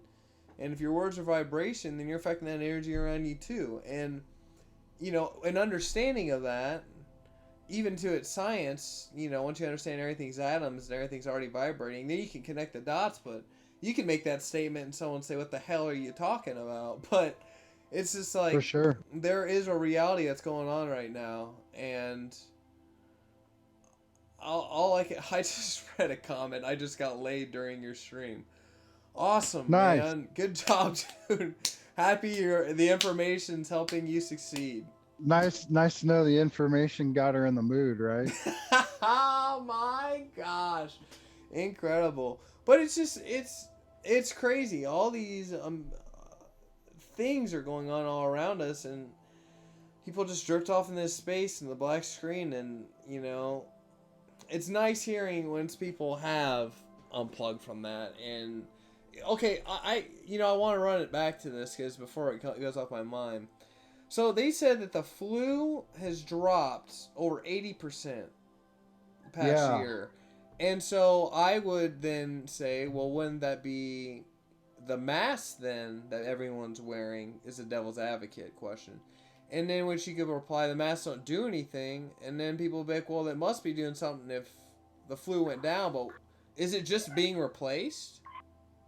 Yeah, well, again, the PCR test can't tell the difference between flu and what they're calling COVID. Because again, right, COVID, nobody's ever actually isolated it and shown it to be its own thing, if that makes sense. They've only ever shown COVID, to my knowledge, in the context of a genetic sample from someone who has COVID, if that makes sense. Yeah. Let me see if I can pull it up. There's a story from John Rappaport where he talks about the PCR test, and he gets into it. Let me see if I can find it. I'm going to read this out loud. This is Kamala Harris. Harris ordered a raid in my house with the explicit instructions to seize the laptops and hard drives I was using to publish my undercover video reporting. And this video reporting is about what they've been doing inside of Planned Parenthood. Yeah. And the fact that this guy is on that case and then they end up seizing him so he can't push anything else, so then they can keep it hidden, that's super sketch. Oh my gosh, man. Like, that's horrifying, actually. Absolutely horrifying. Well, that's the that's the people that we have in the White House right now. Her and kid sniffer Biden, baked potato Biden. Dunzo. So there's a story by a guy named John Rappaport, and he's got a website called No More Fake News. And I'll send you the link, and if you want to read excerpts, you can, or if I read it, I'll read the whole damn thing. No, you can't, dude. I mean, I can pull it up and you can read it. That's totally fine too, bro. Like, whatever. Yeah, that'd be great. So you can find the right stuff. Because I've been having this up and I've been scrolling so people can read it. But I also know some people will probably be read too. So that link that I sent you, the story is called "In Case You Thought the PCR Test Detects an Actual Virus, Wrong," by John Rappaport on September 14th, 2021. So recently, it says in a CDC document titled Coronavirus Disease 2019, 2020 Interim Case Definition, approved April 5th, 2020, one under the section Laboratory Criteria, we have this. So this is a document. If you look at the link that I sent you, yep, it's up, man. There's a link for the document as well. See, the Coronavirus Disease 2019. So you can click on that.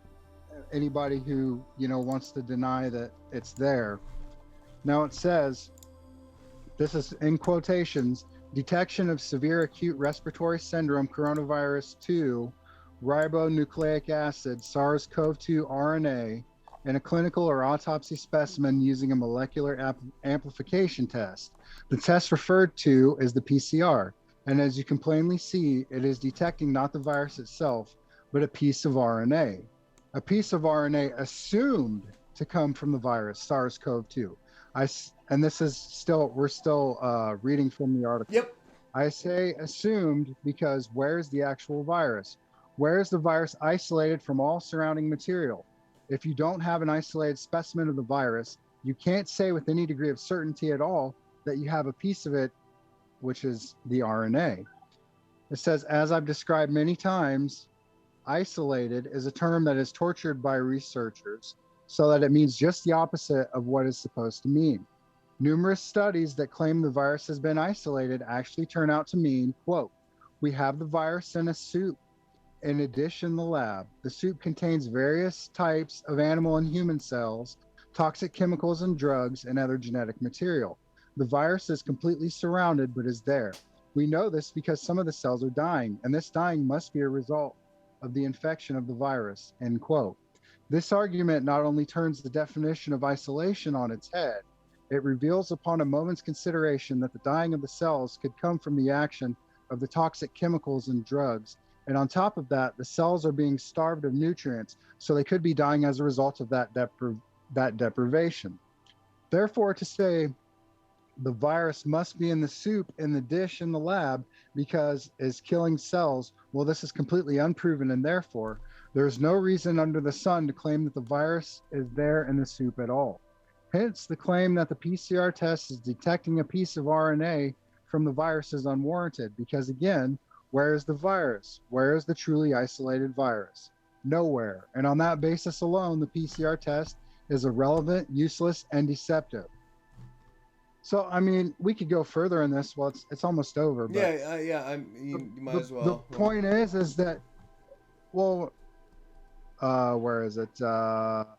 There's no reason under the sun to claim that the virus is here in the soup at all. Hence, the claim that the PCR test is detecting a piece of RNA from the virus is unwarranted. Because again, where's the virus? Where's the truly isolated virus? Nowhere. On that basis alone, the PCR test is irrelevant, useless, and deceptive. It is set up to look for and detect a piece of RNA material that has never been proved to come from an unisolated phantom assumption called SARS-CoV-2. A few more moments of clear thought, and you realize the whole string of, quote, science that leads to the lockdowns and economic devastation is not science at all. It is what is called in the intelligence community a cover story, a story launched to justify crimes. In this case, capital crimes against humanity.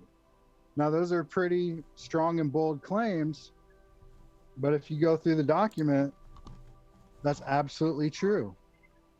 Let me see if I can pull up where the FDA recalls the PCR test. Oh, wow. That would be crazy. Where is that? Lab alert changes to CDC RT PCR test. Where is it? I don't know if this is it. And they change the shit so often because somebody ends up finding it and posts it.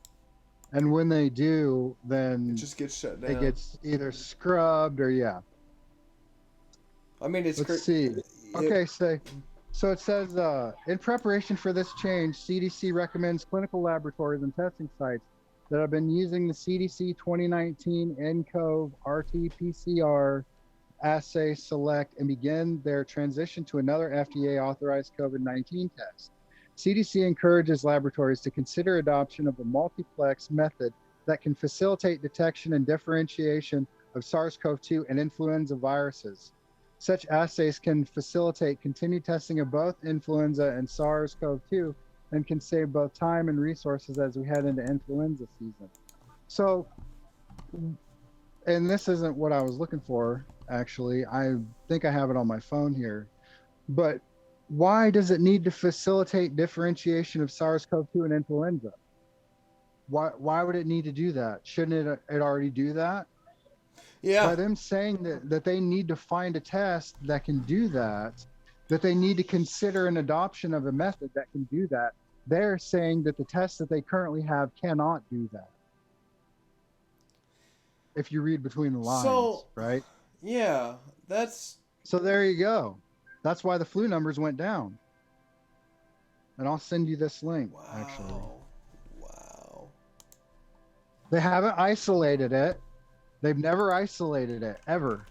They've never proven. Did you hear how they found COVID was in like this genetic soup, and they assumed that the virus was killing the RNA cells, even though, again, like, you take the RNA cells and you deprive them of nutrients and they're going to die on their own. It's just cells in a fucking petri dish. They've not shown COVID to actually exist. Wow. Dude, that's absolutely wild. Oh my god. This guy in Canada named Patrick King, who is in Alberta, he challenged that. in a court of law. And the head of the what is her name? Alberta Health Minister. Fuck, it's her name. I'm looking it up. That's all good. I'm right now. It's well, shit, it doesn't have it. It's a lady, whatever the fuck her name is. But anyway, he challenged it and said, okay, I want you, so you fine me $1,200 for being in a group of more than 10 people. He said, okay, I'm going to counterclaim this and say that you need to, based on, okay, so they gave the declaration, their health order as to why what he did was illegal, because you're in violation of this health order of Alberta, Canada, you know, issued by the health minister, whatever the hell her name is. And he's like, okay, Dina Henshaw, Dina Henshaw is her name. Okay. And so he said, okay, well, I want you to show me an isolated COVID-19 SARS-CoV-2 sample to show, not in a petri dish like you guys do, and not connected to RNA. I want to see it. Show proof that it exists, that it's a thing. And they were not able to do that. He said that he went into court and that they had showed up there and that they basically they're going to try to just dismiss the whole thing, right? They're going to dismiss the whole thing. He wasn't going to have to pay the $1,200 and they're just going to throw it out. But he's like, no, I don't want to do that. And what he found out is that they couldn't produce it. And then it was basically Patrick King versus, and you can find these documents. I'll see if I can find them for you, but it was basically Patrick King versus, I believe, either Dina Henshaw or the province of Alberta on the docket.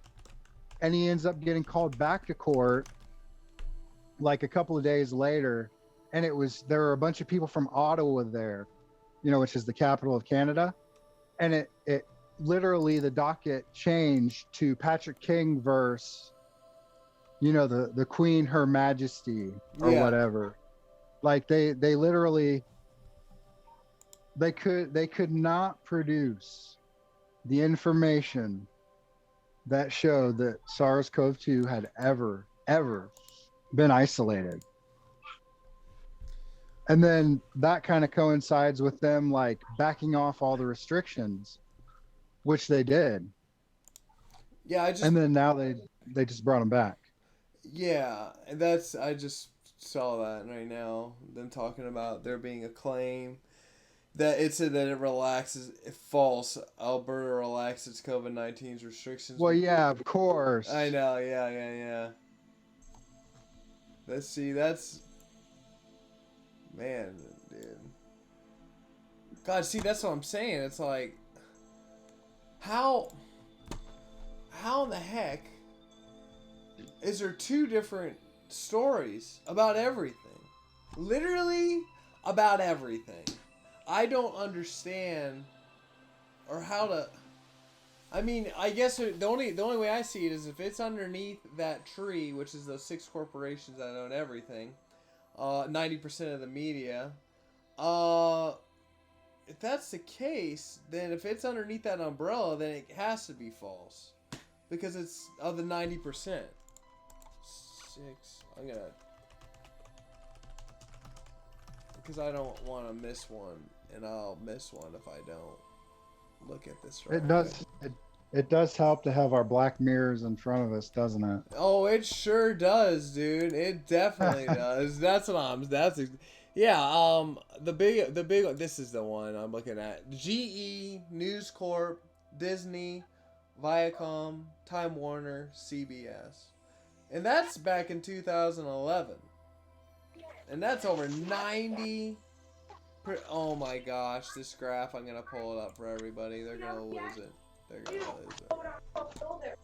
It's a shame I can't see it, but you could send it to me, I guess. Yeah, I'm sending it right now. Because we in this, we steady mobbing, dude. And I like this because I'm able to actually show people show people things because I couldn't do that before, and now I actually get the poll up. The sooner six corporations, right? No. Yep. Yep. Here we go. I see it. Maybe. Yep.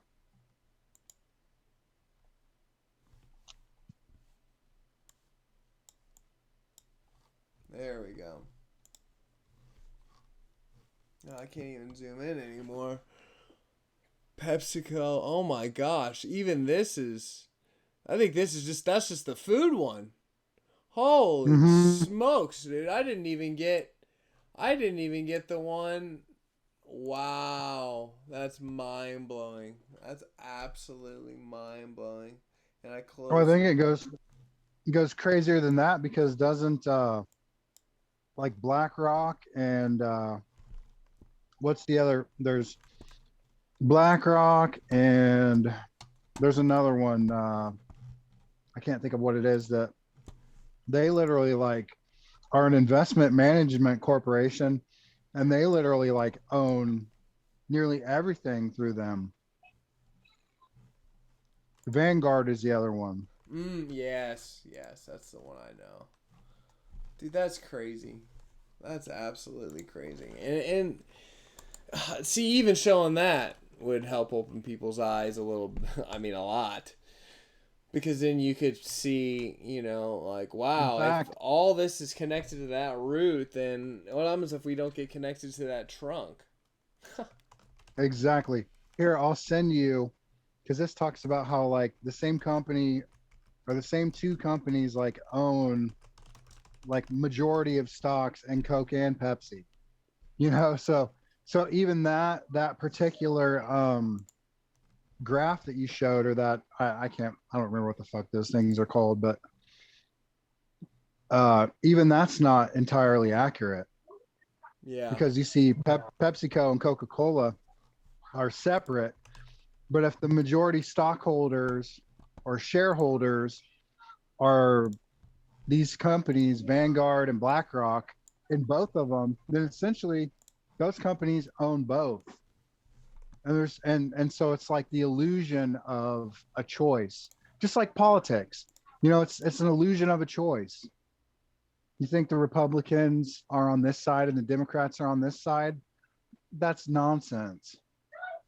Oh, I know. That's why I'm always like libertarian, and that's why I see it in politics. I see it with someone's religion. Like, oh, I'm so happy I'm here in America, dude. I could only imagine living over in Iraq, dude. Like, that's absolutely ridiculous.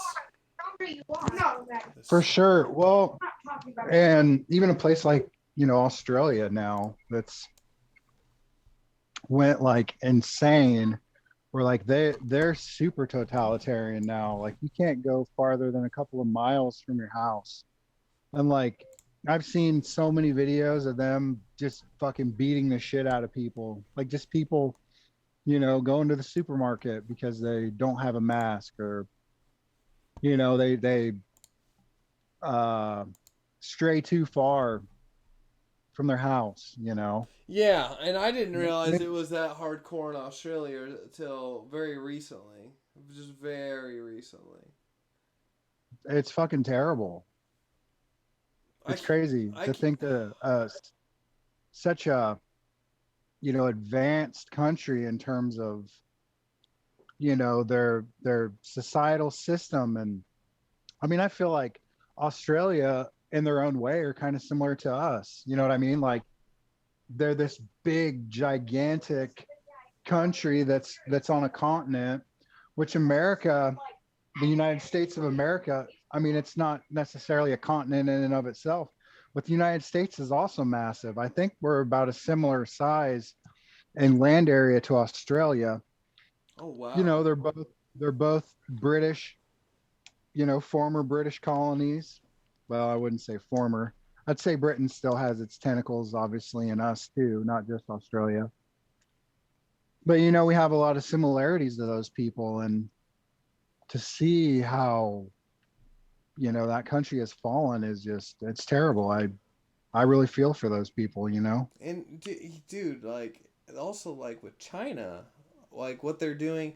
I mean, something even small they're doing is making it so on the weekends kids only get 3 hours of games, and during the week they get 1 hour, or the extreme of kind of that communist that they put on their people. Like the censorship there is such to an extreme, and it's like seeping into our culture now, like, and getting that control. And then all of a sudden these bigger corporate businesses are owned by China, but they're running here in America.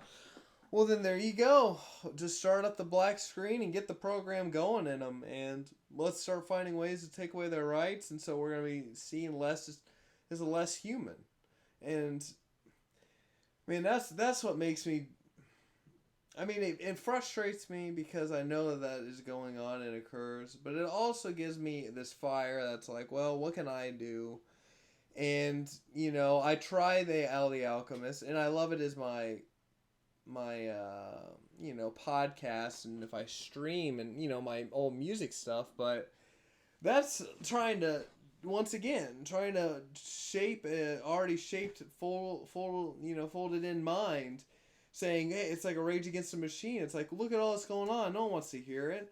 So you have to, it's the children. They're the only hope left. Like, literally, the children of now are actually, by the time they hit, you know, 20 years from now, it's either have been made or broke, like, with the world. Because what we're doing to the planet and at the intensity at which we're going has got to change up. And that's why I feel like I finally, after all this revelation, because I guarantee you went through revelation after revelation with this COVID. I mean, it not only, you know, did financially things to certain people, but I mean, mentally, there's relationships. People have broken out of a relationship because they had to be around their significant other so often, you know, and really makes and breaks inside this life. But I just feel like at this point I've been set on a course, and now this is my only option I have left to feel like I'll be able to make a effect in this world that maybe it will affect one person, maybe it will affect millions of people. All I know is I can't give up, and I have to go all in and push everything I can forward, especially during this intense time, because 2 years from now might be too late. It might be, at that point, even more of a lockdown on our system of censorship, unless we keep it open and we fight for our rights. And I do see that, and I do like that there's people out there speaking their word, even the people that might be speaking out against something that I might stand for. At least people are standing out there believing for something. Now, it obviously can get radicalized, and that can always throw us inside of, you know, a bad situation and make one side look better than the other, or whatever. But still, we all have to see that revelation and see beyond the veil. And I do see it happening. I mean, more people are awoke and look at things with a different perception than they did, you know, 9 years ago. So, you know, in that sense, there is hope. There is a lot of hope. But it's a murky water, and it's almost like right now, in the next 5 years, is when the new reality is going to be made. And it's like, do we want to go to that third density where it's like we really fall into that lock and chain underneath the grips of the government, taking away more and more control, living in fear? Or is it going to be more of this, like, fifth dimensional density of, like, unlimited possibilities, new ways for energy, getting food in everyone's, like, literally, if everyone just had a garden in their front yard and backyard. Yeah, like, we'd have an abundance exactly, of food. We already live in abundance. And the fact that we limit ourselves, whether that's our own perception of ourselves, or just the government limiting what we could do, it's like, dude, if the world just shut up, if the planet just, not Gaia, but everyone on the planet just shut up and unplugged, then we could just have a restart, and everyone for the next 2 weeks quit. We're all done with our jobs, and let's make our new job, you know, like changing the way in which our planet is, changing how we treat our planet. Like, everyone, this is National Pick Up 2 Pieces of Trash Day. Dude, if we all just picked up 2 pieces of trash, this planet would be so much cleaner. And then finding a way to quit with the plastics, using all those type of things that are not helpful, that we could totally have a biodegradable thing, having hemp being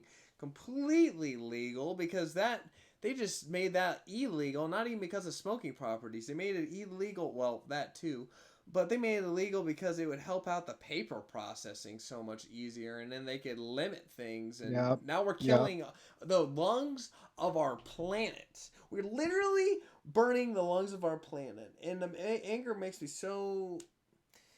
It literally, dude. It's like if I didn't do something, whether that's even a conversation like this that other people are gonna be able to hear, or something beyond myself, like my show right now. I don't know if I could just work a 9 to 5 and have fulfillment. You'd I couldn't. I you'd just couldn't. you'd you'd want to throw a Molotov cocktail through a fucking window. You know what I mean?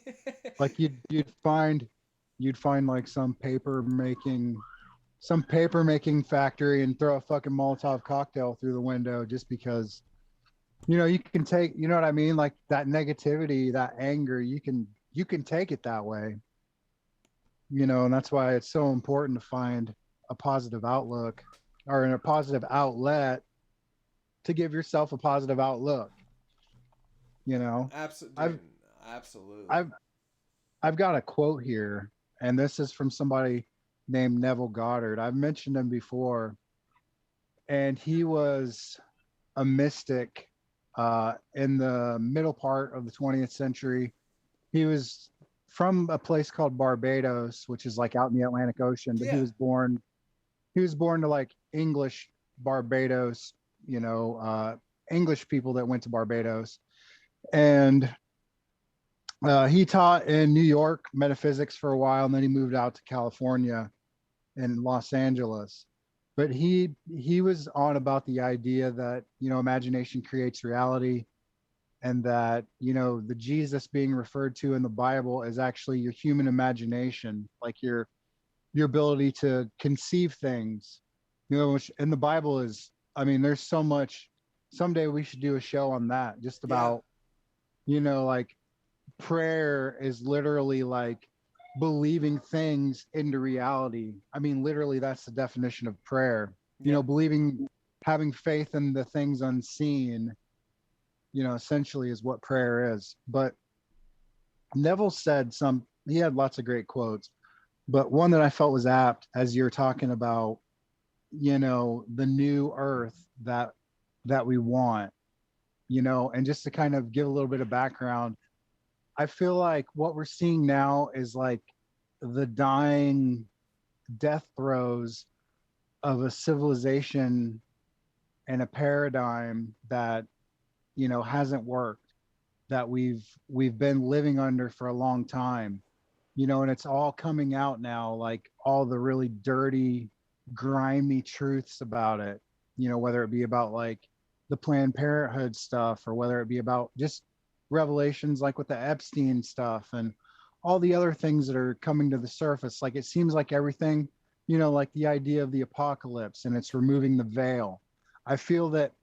So, and I think we've talked about this before over the phone, but there's two realities, at least two, I guess, and more, that are to come out of this. There's like the World Economic Forum Great Reset view of you're not going to own anything in 2030, and you're going to be happy with not owning anything.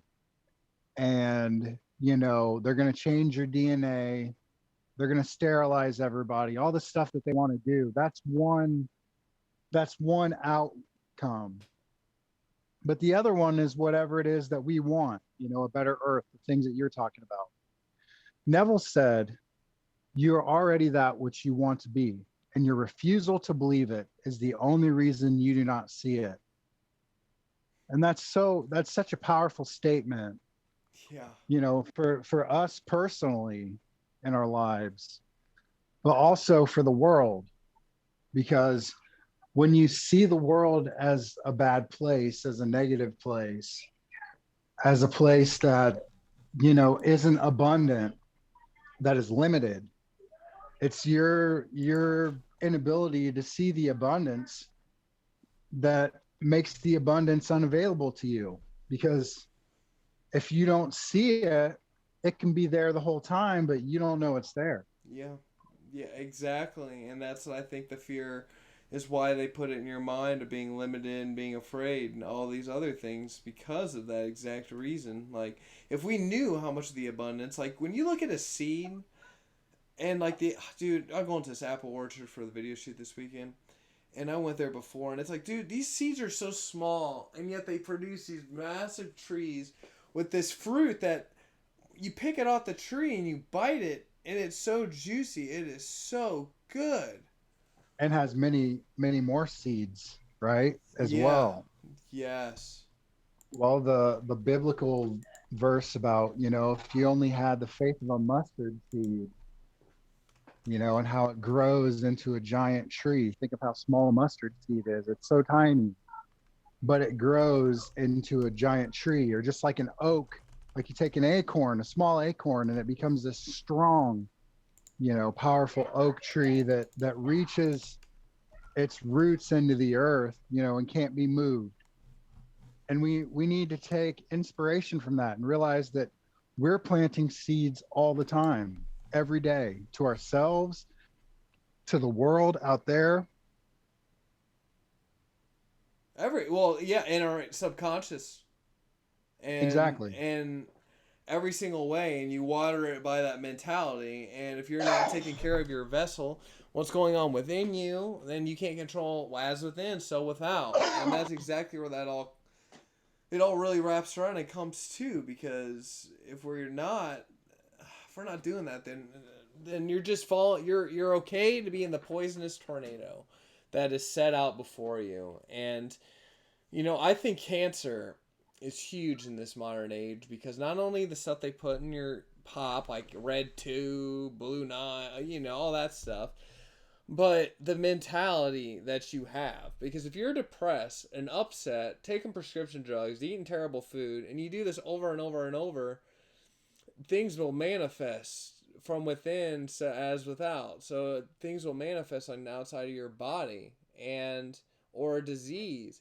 and cancer can happen. And I had to witness that with my dad. I really, an environment that wasn't exactly the most uplifting all the time. A lot of not good foods, a lot of this, that, and the other, and how it all builds up. And hell, I had my own transformation through it, and I had to go through my own dark night of the soul with all that happened. And it's just like, sometimes you have to hit those super hard dark spots before you can ever even look and analyze your life, because otherwise you're just kind of in it, and not till you get hit by something big do you ever take that time to look back and be like, dang, what is the bigger picture for all of this? Or maybe I need to change my diet. Like, maybe I have to start working out and quit eating all these cheeseburgers all the time. Like, it's how are we going to be healthier? What is it going to take to change someone's paradigm and thought processes? And unfortunately, it really sometimes is that darkness that does it. But if they don't change, then it devours them. And I think that that's where cancer comes from. The inability to change throughout such a long time that it just takes over. And I don't know, it's really scary and sad, and it makes it so you want to be even more kind to the people around you who have those things that they're fighting, and tell them that you're there for them. But then you also have to tell them, like, it's your decision. You take a Right. horse to water, but you can't make them drink. And that's something I've now been hit with even more in the past few weeks, is like, I can't say I'm going to be a savior of anyone other than, No. myself. Now, I'd like to be, and I'd like to help out as much as I can, but I can't be up. I can help out 10 people, but then if I got depressed about the one I wasn't able to help, then I really failed myself. Like, you just can just do what you can, do everything you can, and then that's it. Plant the seeds. Just plant them and see where they take root. That's all you can do.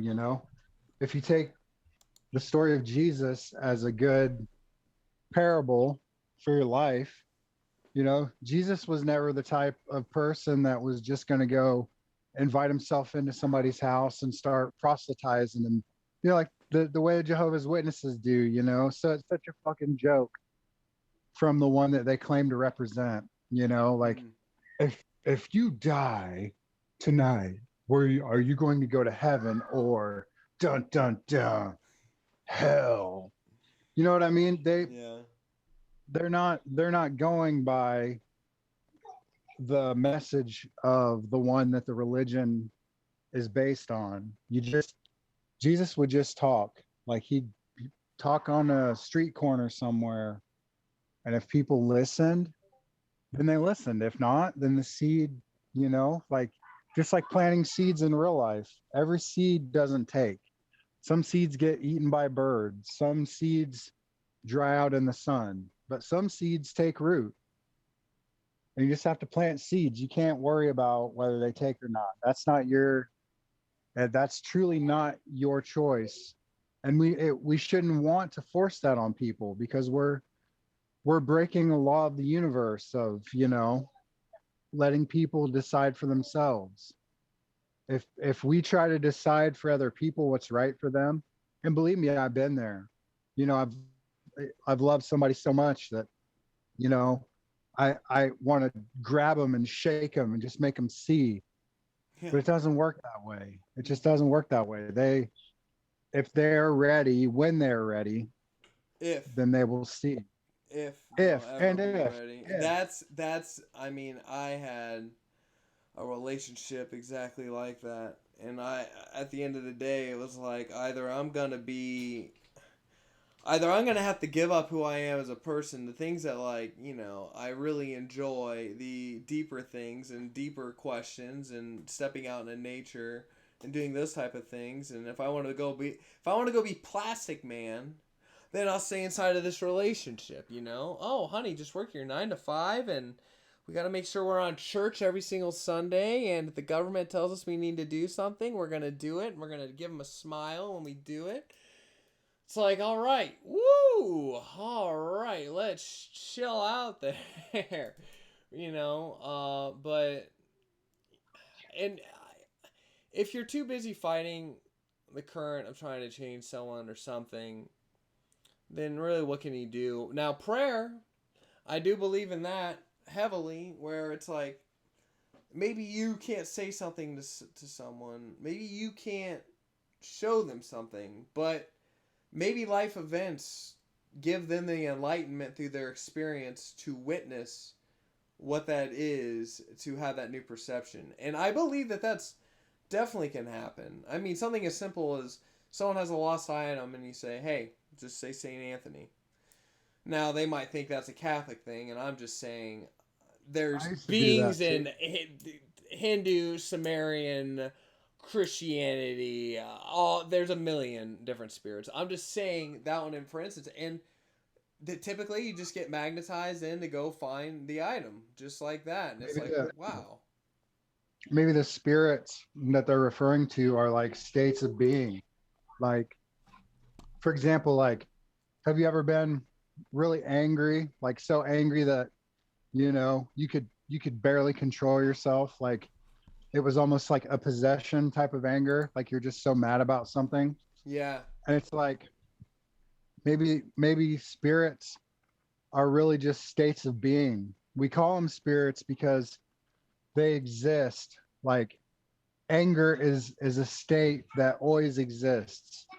Like it would be like if you thought of states, like, so if you think about states in the United States, there's 50 states, and like Indiana is a different state than Illinois, but they're on the map, and you can go to Indiana and occupy that space for a time, but then you can go to Michigan and occupy that space.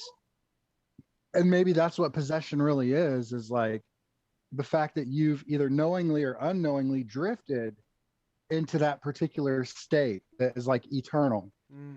Like the state of love is eternal, the state of anger is eternal, the state of fear, like you wander into it It's and identify with it. Not necessarily that it comes into you, but it's like a state that exists it's and you can choose. Go ahead. Oh, I was just saying, it's the currents of energy all around you. They're already there and around. It's which one are you attuning yourself to be in the state of flow with, and that's exactly what I totally agree with you on that. You can put yourself. I mean, dude, I put myself through depression, at the early 2019 all the way till halfway through it. I started off putting myself into it, and then it just got I was in it, and then there was no escaping it, because at first it Yeah. was, and it's like you can really do that to yourself. That to me is like a damnation right there, where you just throw yourself into it and don't give yourself any way for your water to flow, not having any of that, and just accepting the being lost, or emptying your vessel and allowing something else to come into your vessel. Now if that's of your own choosing and willing, that's one thing, but Yeah.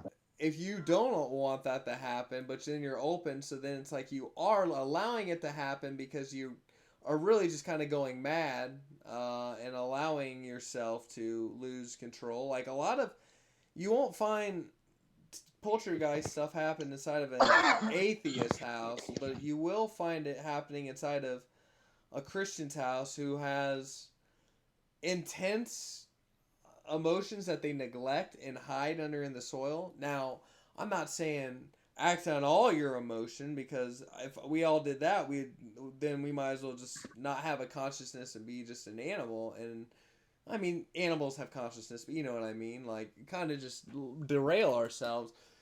But there is also, like, you have to face your inner darkness. You have to understand yourself, know thyself. Like, yeah, maybe I have, an affinity and loving the color black and loving that mystery and kind of that darker aesthetic. But, that's just a part of who I am. It doesn't, define me as anything else, other than, just a part of you. Instead of, like, condemning yourself, or everyone's like, oh, you're not allowed to eat meat, and then you eat a steak and you're living with vegans for a year. Like that's a demonization right there. But I mean, that's a whole nother topic too, is whether or not meat's good for Yeah. you. In some senses I say yes, in other senses I'm like, well, I guess it just depends on your chemistry of your body, to be honest.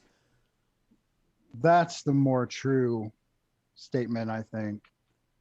It depends. Yeah. Something that you're talking about condemnation. It's interesting because I've been looking at this quote from Neville Goddard, even before you said condemn.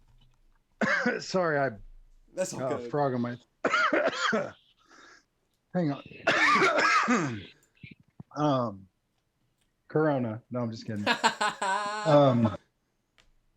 It says, don't condemn yourself for the state into which you have fallen. If you do not like it, move into another. So, the idea that if you don't like the way that you feel, well, you can feel a different way.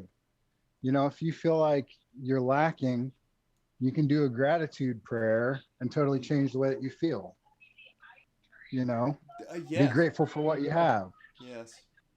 It's all a matter of perception anyway. Oh, definitely. And are you okay with that limitation? And who are you? Are you talking with your friends about other people and gossip? Or are you talking about ideas? Or are you talking about events? Like what is it that you let people around you, and who you like, do they enhance your, greatest self, or are they making you have that poisonous mind state and then keep feeding it into that? It's like something bad happens in your day. Sometimes it's good to talk to someone about it and get it out, but other times it's better to just burn it and happen, and you move on and you just keep going forward, and you're just grateful that that's done your day. Like, what do you want to do? Do you want to hold that pain a little bit longer, or do you want to let it go?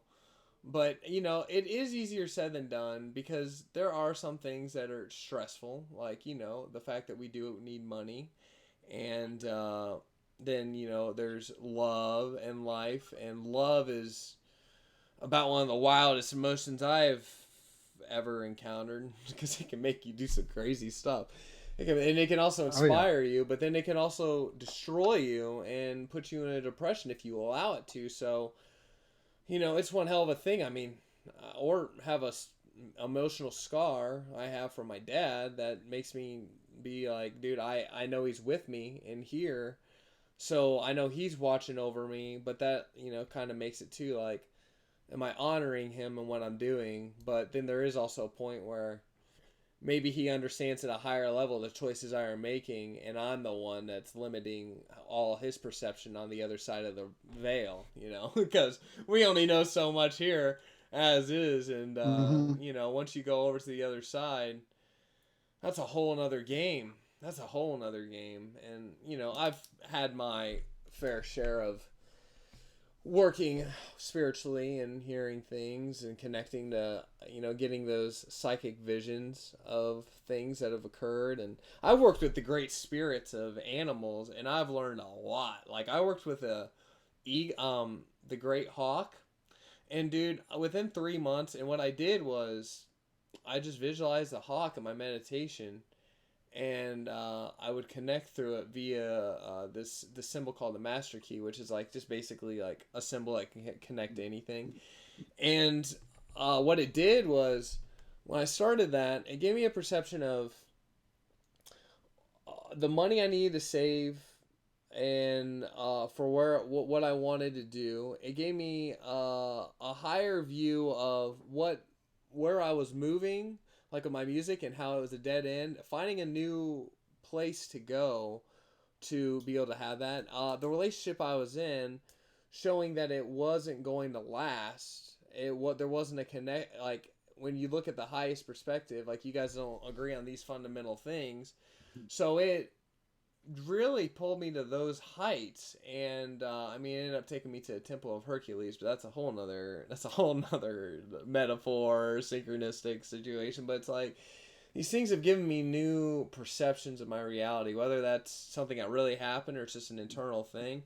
It made me change forever on the principle of who I am. And so I think everyone can change and have those profound moments, especially with prayer, literally talking to the divinity and divine. But it's one thing to speak with spirit, which is when you speak with your heart and it comes flowing through you. And it's another thing when you speak out of your mind and that fear and that lack mentality, because I couldn't get a spirit out of a house if I just walked in there and said words. I would have to go in there and speak like truth, like commands. I can't go in there and say, "Hey, little dude," or you know what I mean. Like it's just gonna Yeah. laugh at you. So it's really controlling that and being able to speak that into your reality. So prayer isn't just empty words, and that's something that people, they say they try prayer, and I'm like, did you really pray though, or are you just saying something that's Did on you that note feel? card that's like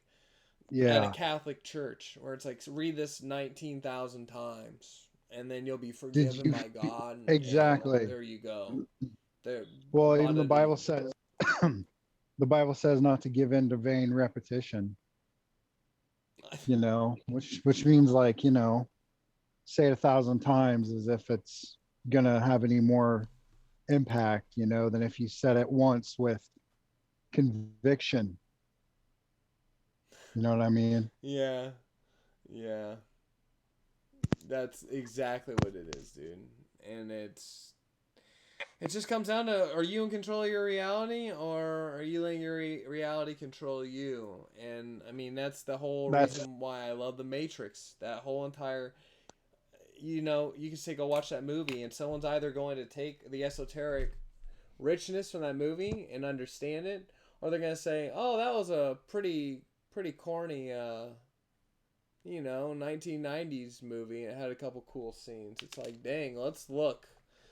Let's see. Let's take a big look. well, Oh, the idea that anybody whose mind isn't freed is it has the potential to be controlled by an agent. That's such a deep spiritual topic too, because well, not even spiritual, but like so again, if you're not aware, like say the COVID thing, if you don't consciously have awareness, of the truth.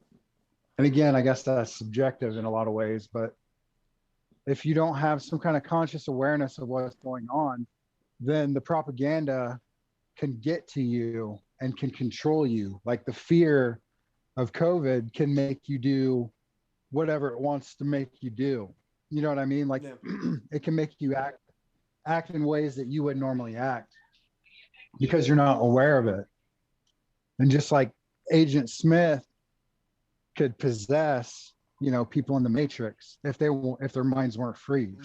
Exactly. And you know what? Something my brother told me, and I didn't understand it till later, but it's like, thing is I do care and love the world, and I love the people of the world that that get that hope. But it's like, if they are molded already, there's no way to mold them. Then they might as well just be Agent Smith, and you might as well not have them in your life. Like stand aside, and knowing the difference between that and then being judgmental on someone, because everyone has their time and place when the fruit blossoms or it doesn't blossom. So you can't throw the baby out with the bathwater or whatever. But another extent, it's like, dude, like when someone's like shut when it's done. And I had lots of friends that were like that, and I ended up not hanging out with them anymore. And we moved apart. And some people, it was just because I would explain my spirituality and it was too much. And other people are so tapped into all they want to talk about is politics, and I'm like, dude, that's, oh my gosh, I don't even have words for it, because then they'll be like, well, show me your facts, and I can show them different articles and such. But at the end of the day, you can only take the horse to water, dude. I could show them that corporations list, and it could be like, okay, so it's like, dude, don't you see the spider web of all this together? And then they're just like, so? And so, at the end of the day, you don't know, but you can do your best to show what you can, but don't live your life trying to get everyone to listen. Just do your thing, and what people will listen. That's what I feel like. Again, you just got to plant the seeds, and then if they take, they take. If not, okay, move on. You can't win them all. You definitely can't win them all, man. And if you think you can, I mean, that's a deception in and of itself. Oh yeah. I guess, let's wrap it up with the final couple of thoughts. I do think next time we could talk more about religion. And I also probably gonna update myself on more of the alien situation that has not gone on. Disclosure did not occur, which is typical. Surprise, surprise. I know. I know, and I do feel like there's more than one alien race, and there are some that are good and some that are bad, but I'm not sure. I do know there's a spiritual, in a sense, battle going on. And I feel like it's not good versus evil. I find it to be ones that want to help you break your chains and one who want to keep the chains on you. And for me to put a definition on which side's which is definitely difficult, because I don't know all the answers, but I do know I've been feeling a lot more tapped into the right side, figuring out what helps me out in my spiritual practice, so I can do my max efficiency on this planet, because I love Gaia, and I've made my oath to her. I made my love and oath to her. What'd you do? Bang the planet? Maybe I did. But do you have any final thoughts you wanted to hit the viewers with, brother? I was just going to say the planet is probably a pretty good lay, I bet. Just saying. Well, the only problem is that she's dirty. Yeah, sometimes dirty's fun. Oh no, dude. Oh man, I ended up having a really awkward conversation with this. It all was fine. I ended up talking to him again, but for like 2.5 weeks, it was so awkward. And I saw this person because I get off of work from UPS, and I'm covered in dirt, and like I got like no sleep that day, and I had to go to the store. So like when you're burnt out, just burnt out.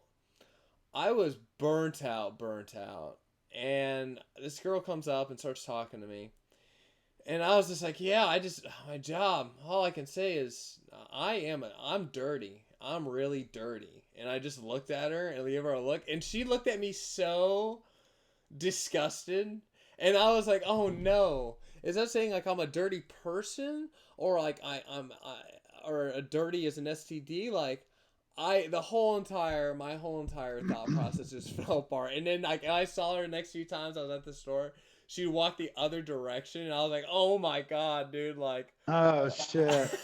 it was hilarious. And like I eventually hit the point where I was like, whatever, I guess I'm an awkward person to this person. And then later on, like the person came up to me and was like, what's going on? And it was all fine. And I ended up telling them like, there's some days I come to the store and I did not get any sleep, and I was a little bit whacked, but dirty. Oh Everybody's a god. little bit whack sometimes. Amen. Um, so final thoughts. I guess what I would tell to everybody listening again is I pretty much reiterated it every time, but really just do your own research. Don't believe anything that I say, anything that you say. Don't believe your pastor, don't believe the politicians, don't believe your best friend, don't believe your mom, your dad. I mean, you can love all those people and they wouldn't intentionally lie to you.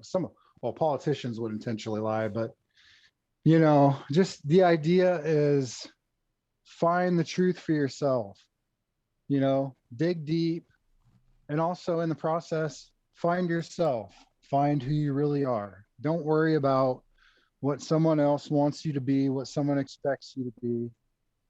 Just find who you are, because if you really get down to it, you know, everything is contained within you and you are contained with everything. So there's a mirror effect. The universe is a mirror. Whatever it is that you put out there in the universe comes back to you, because the universe is you and you are the universe.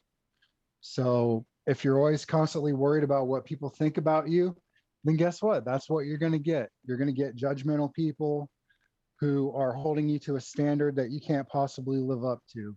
So don't worry about that. Just be the best that you can be, so that when you look in the mirror, you like what you see and you like what you stand for and you respect yourself.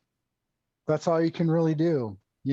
Money, we do need it to live, at least currently in this system that we're in now. We may come into a system where we have some other form of exchange. I don't know how the future is going to turn out, but money's not everything. Status isn't everything. To be able to, there have been so many people that have been rich and famous and had every single earthly vice that you could imagine at their fingertips. And when they looked at themselves in the mirror, they didn't like what they see or what they saw, and they had nothing. And those people all the time, famous people, do drugs, kill themselves, are unhappy. And it's because if you can't stare the person in the mirror down and love that person, then you've got nothing. You've truly got nothing. So that's my message, is to be the best person that you can be. Realize that you're looking in a mirror and that everybody is yourself pushed out, and that you should love everyone as you would love yourself. As Jesus said, love your neighbor as thyself, because Jesus didn't say it, but Jesus said that. He said that, but he didn't say it that your neighbor is yourself. But I'm telling you that the reason why he said that is because your neighbor is yourself. Wow. That's Dude, that was incredible. That's incredible. Like that literally was the synopsis of this entire chat right there. As within, so without. And You can't look to anyone else for the answers. You have to look for it in yourself, and that's where you'll find it, because we already have all the answers with it. Wow. Well, and you know, when you come across a piece of information, doesn't it almost feel more like a resonance? Like it almost confirms something to you that you already knew, if that makes sense. Not so much that it's like new information, but you have that kind of feeling of, yeah, yeah, like you're rediscovering the truth. You know what I'm saying? When you learn a certain truth, it's like I'm read almost like I knew this already, but I have it's like the confirmation of what I already know, if that makes sense. Yeah, it does. Man. Because we have the answers within us. It's true. Just do you have the courage? Do you have the courage to follow your own principles? Do you have principles? And if so, do you have the courage to stand on those in the face of, you know, an uncertain future? If there ever was an uncertain future, that's where we're at. So that's it. That's all I've got.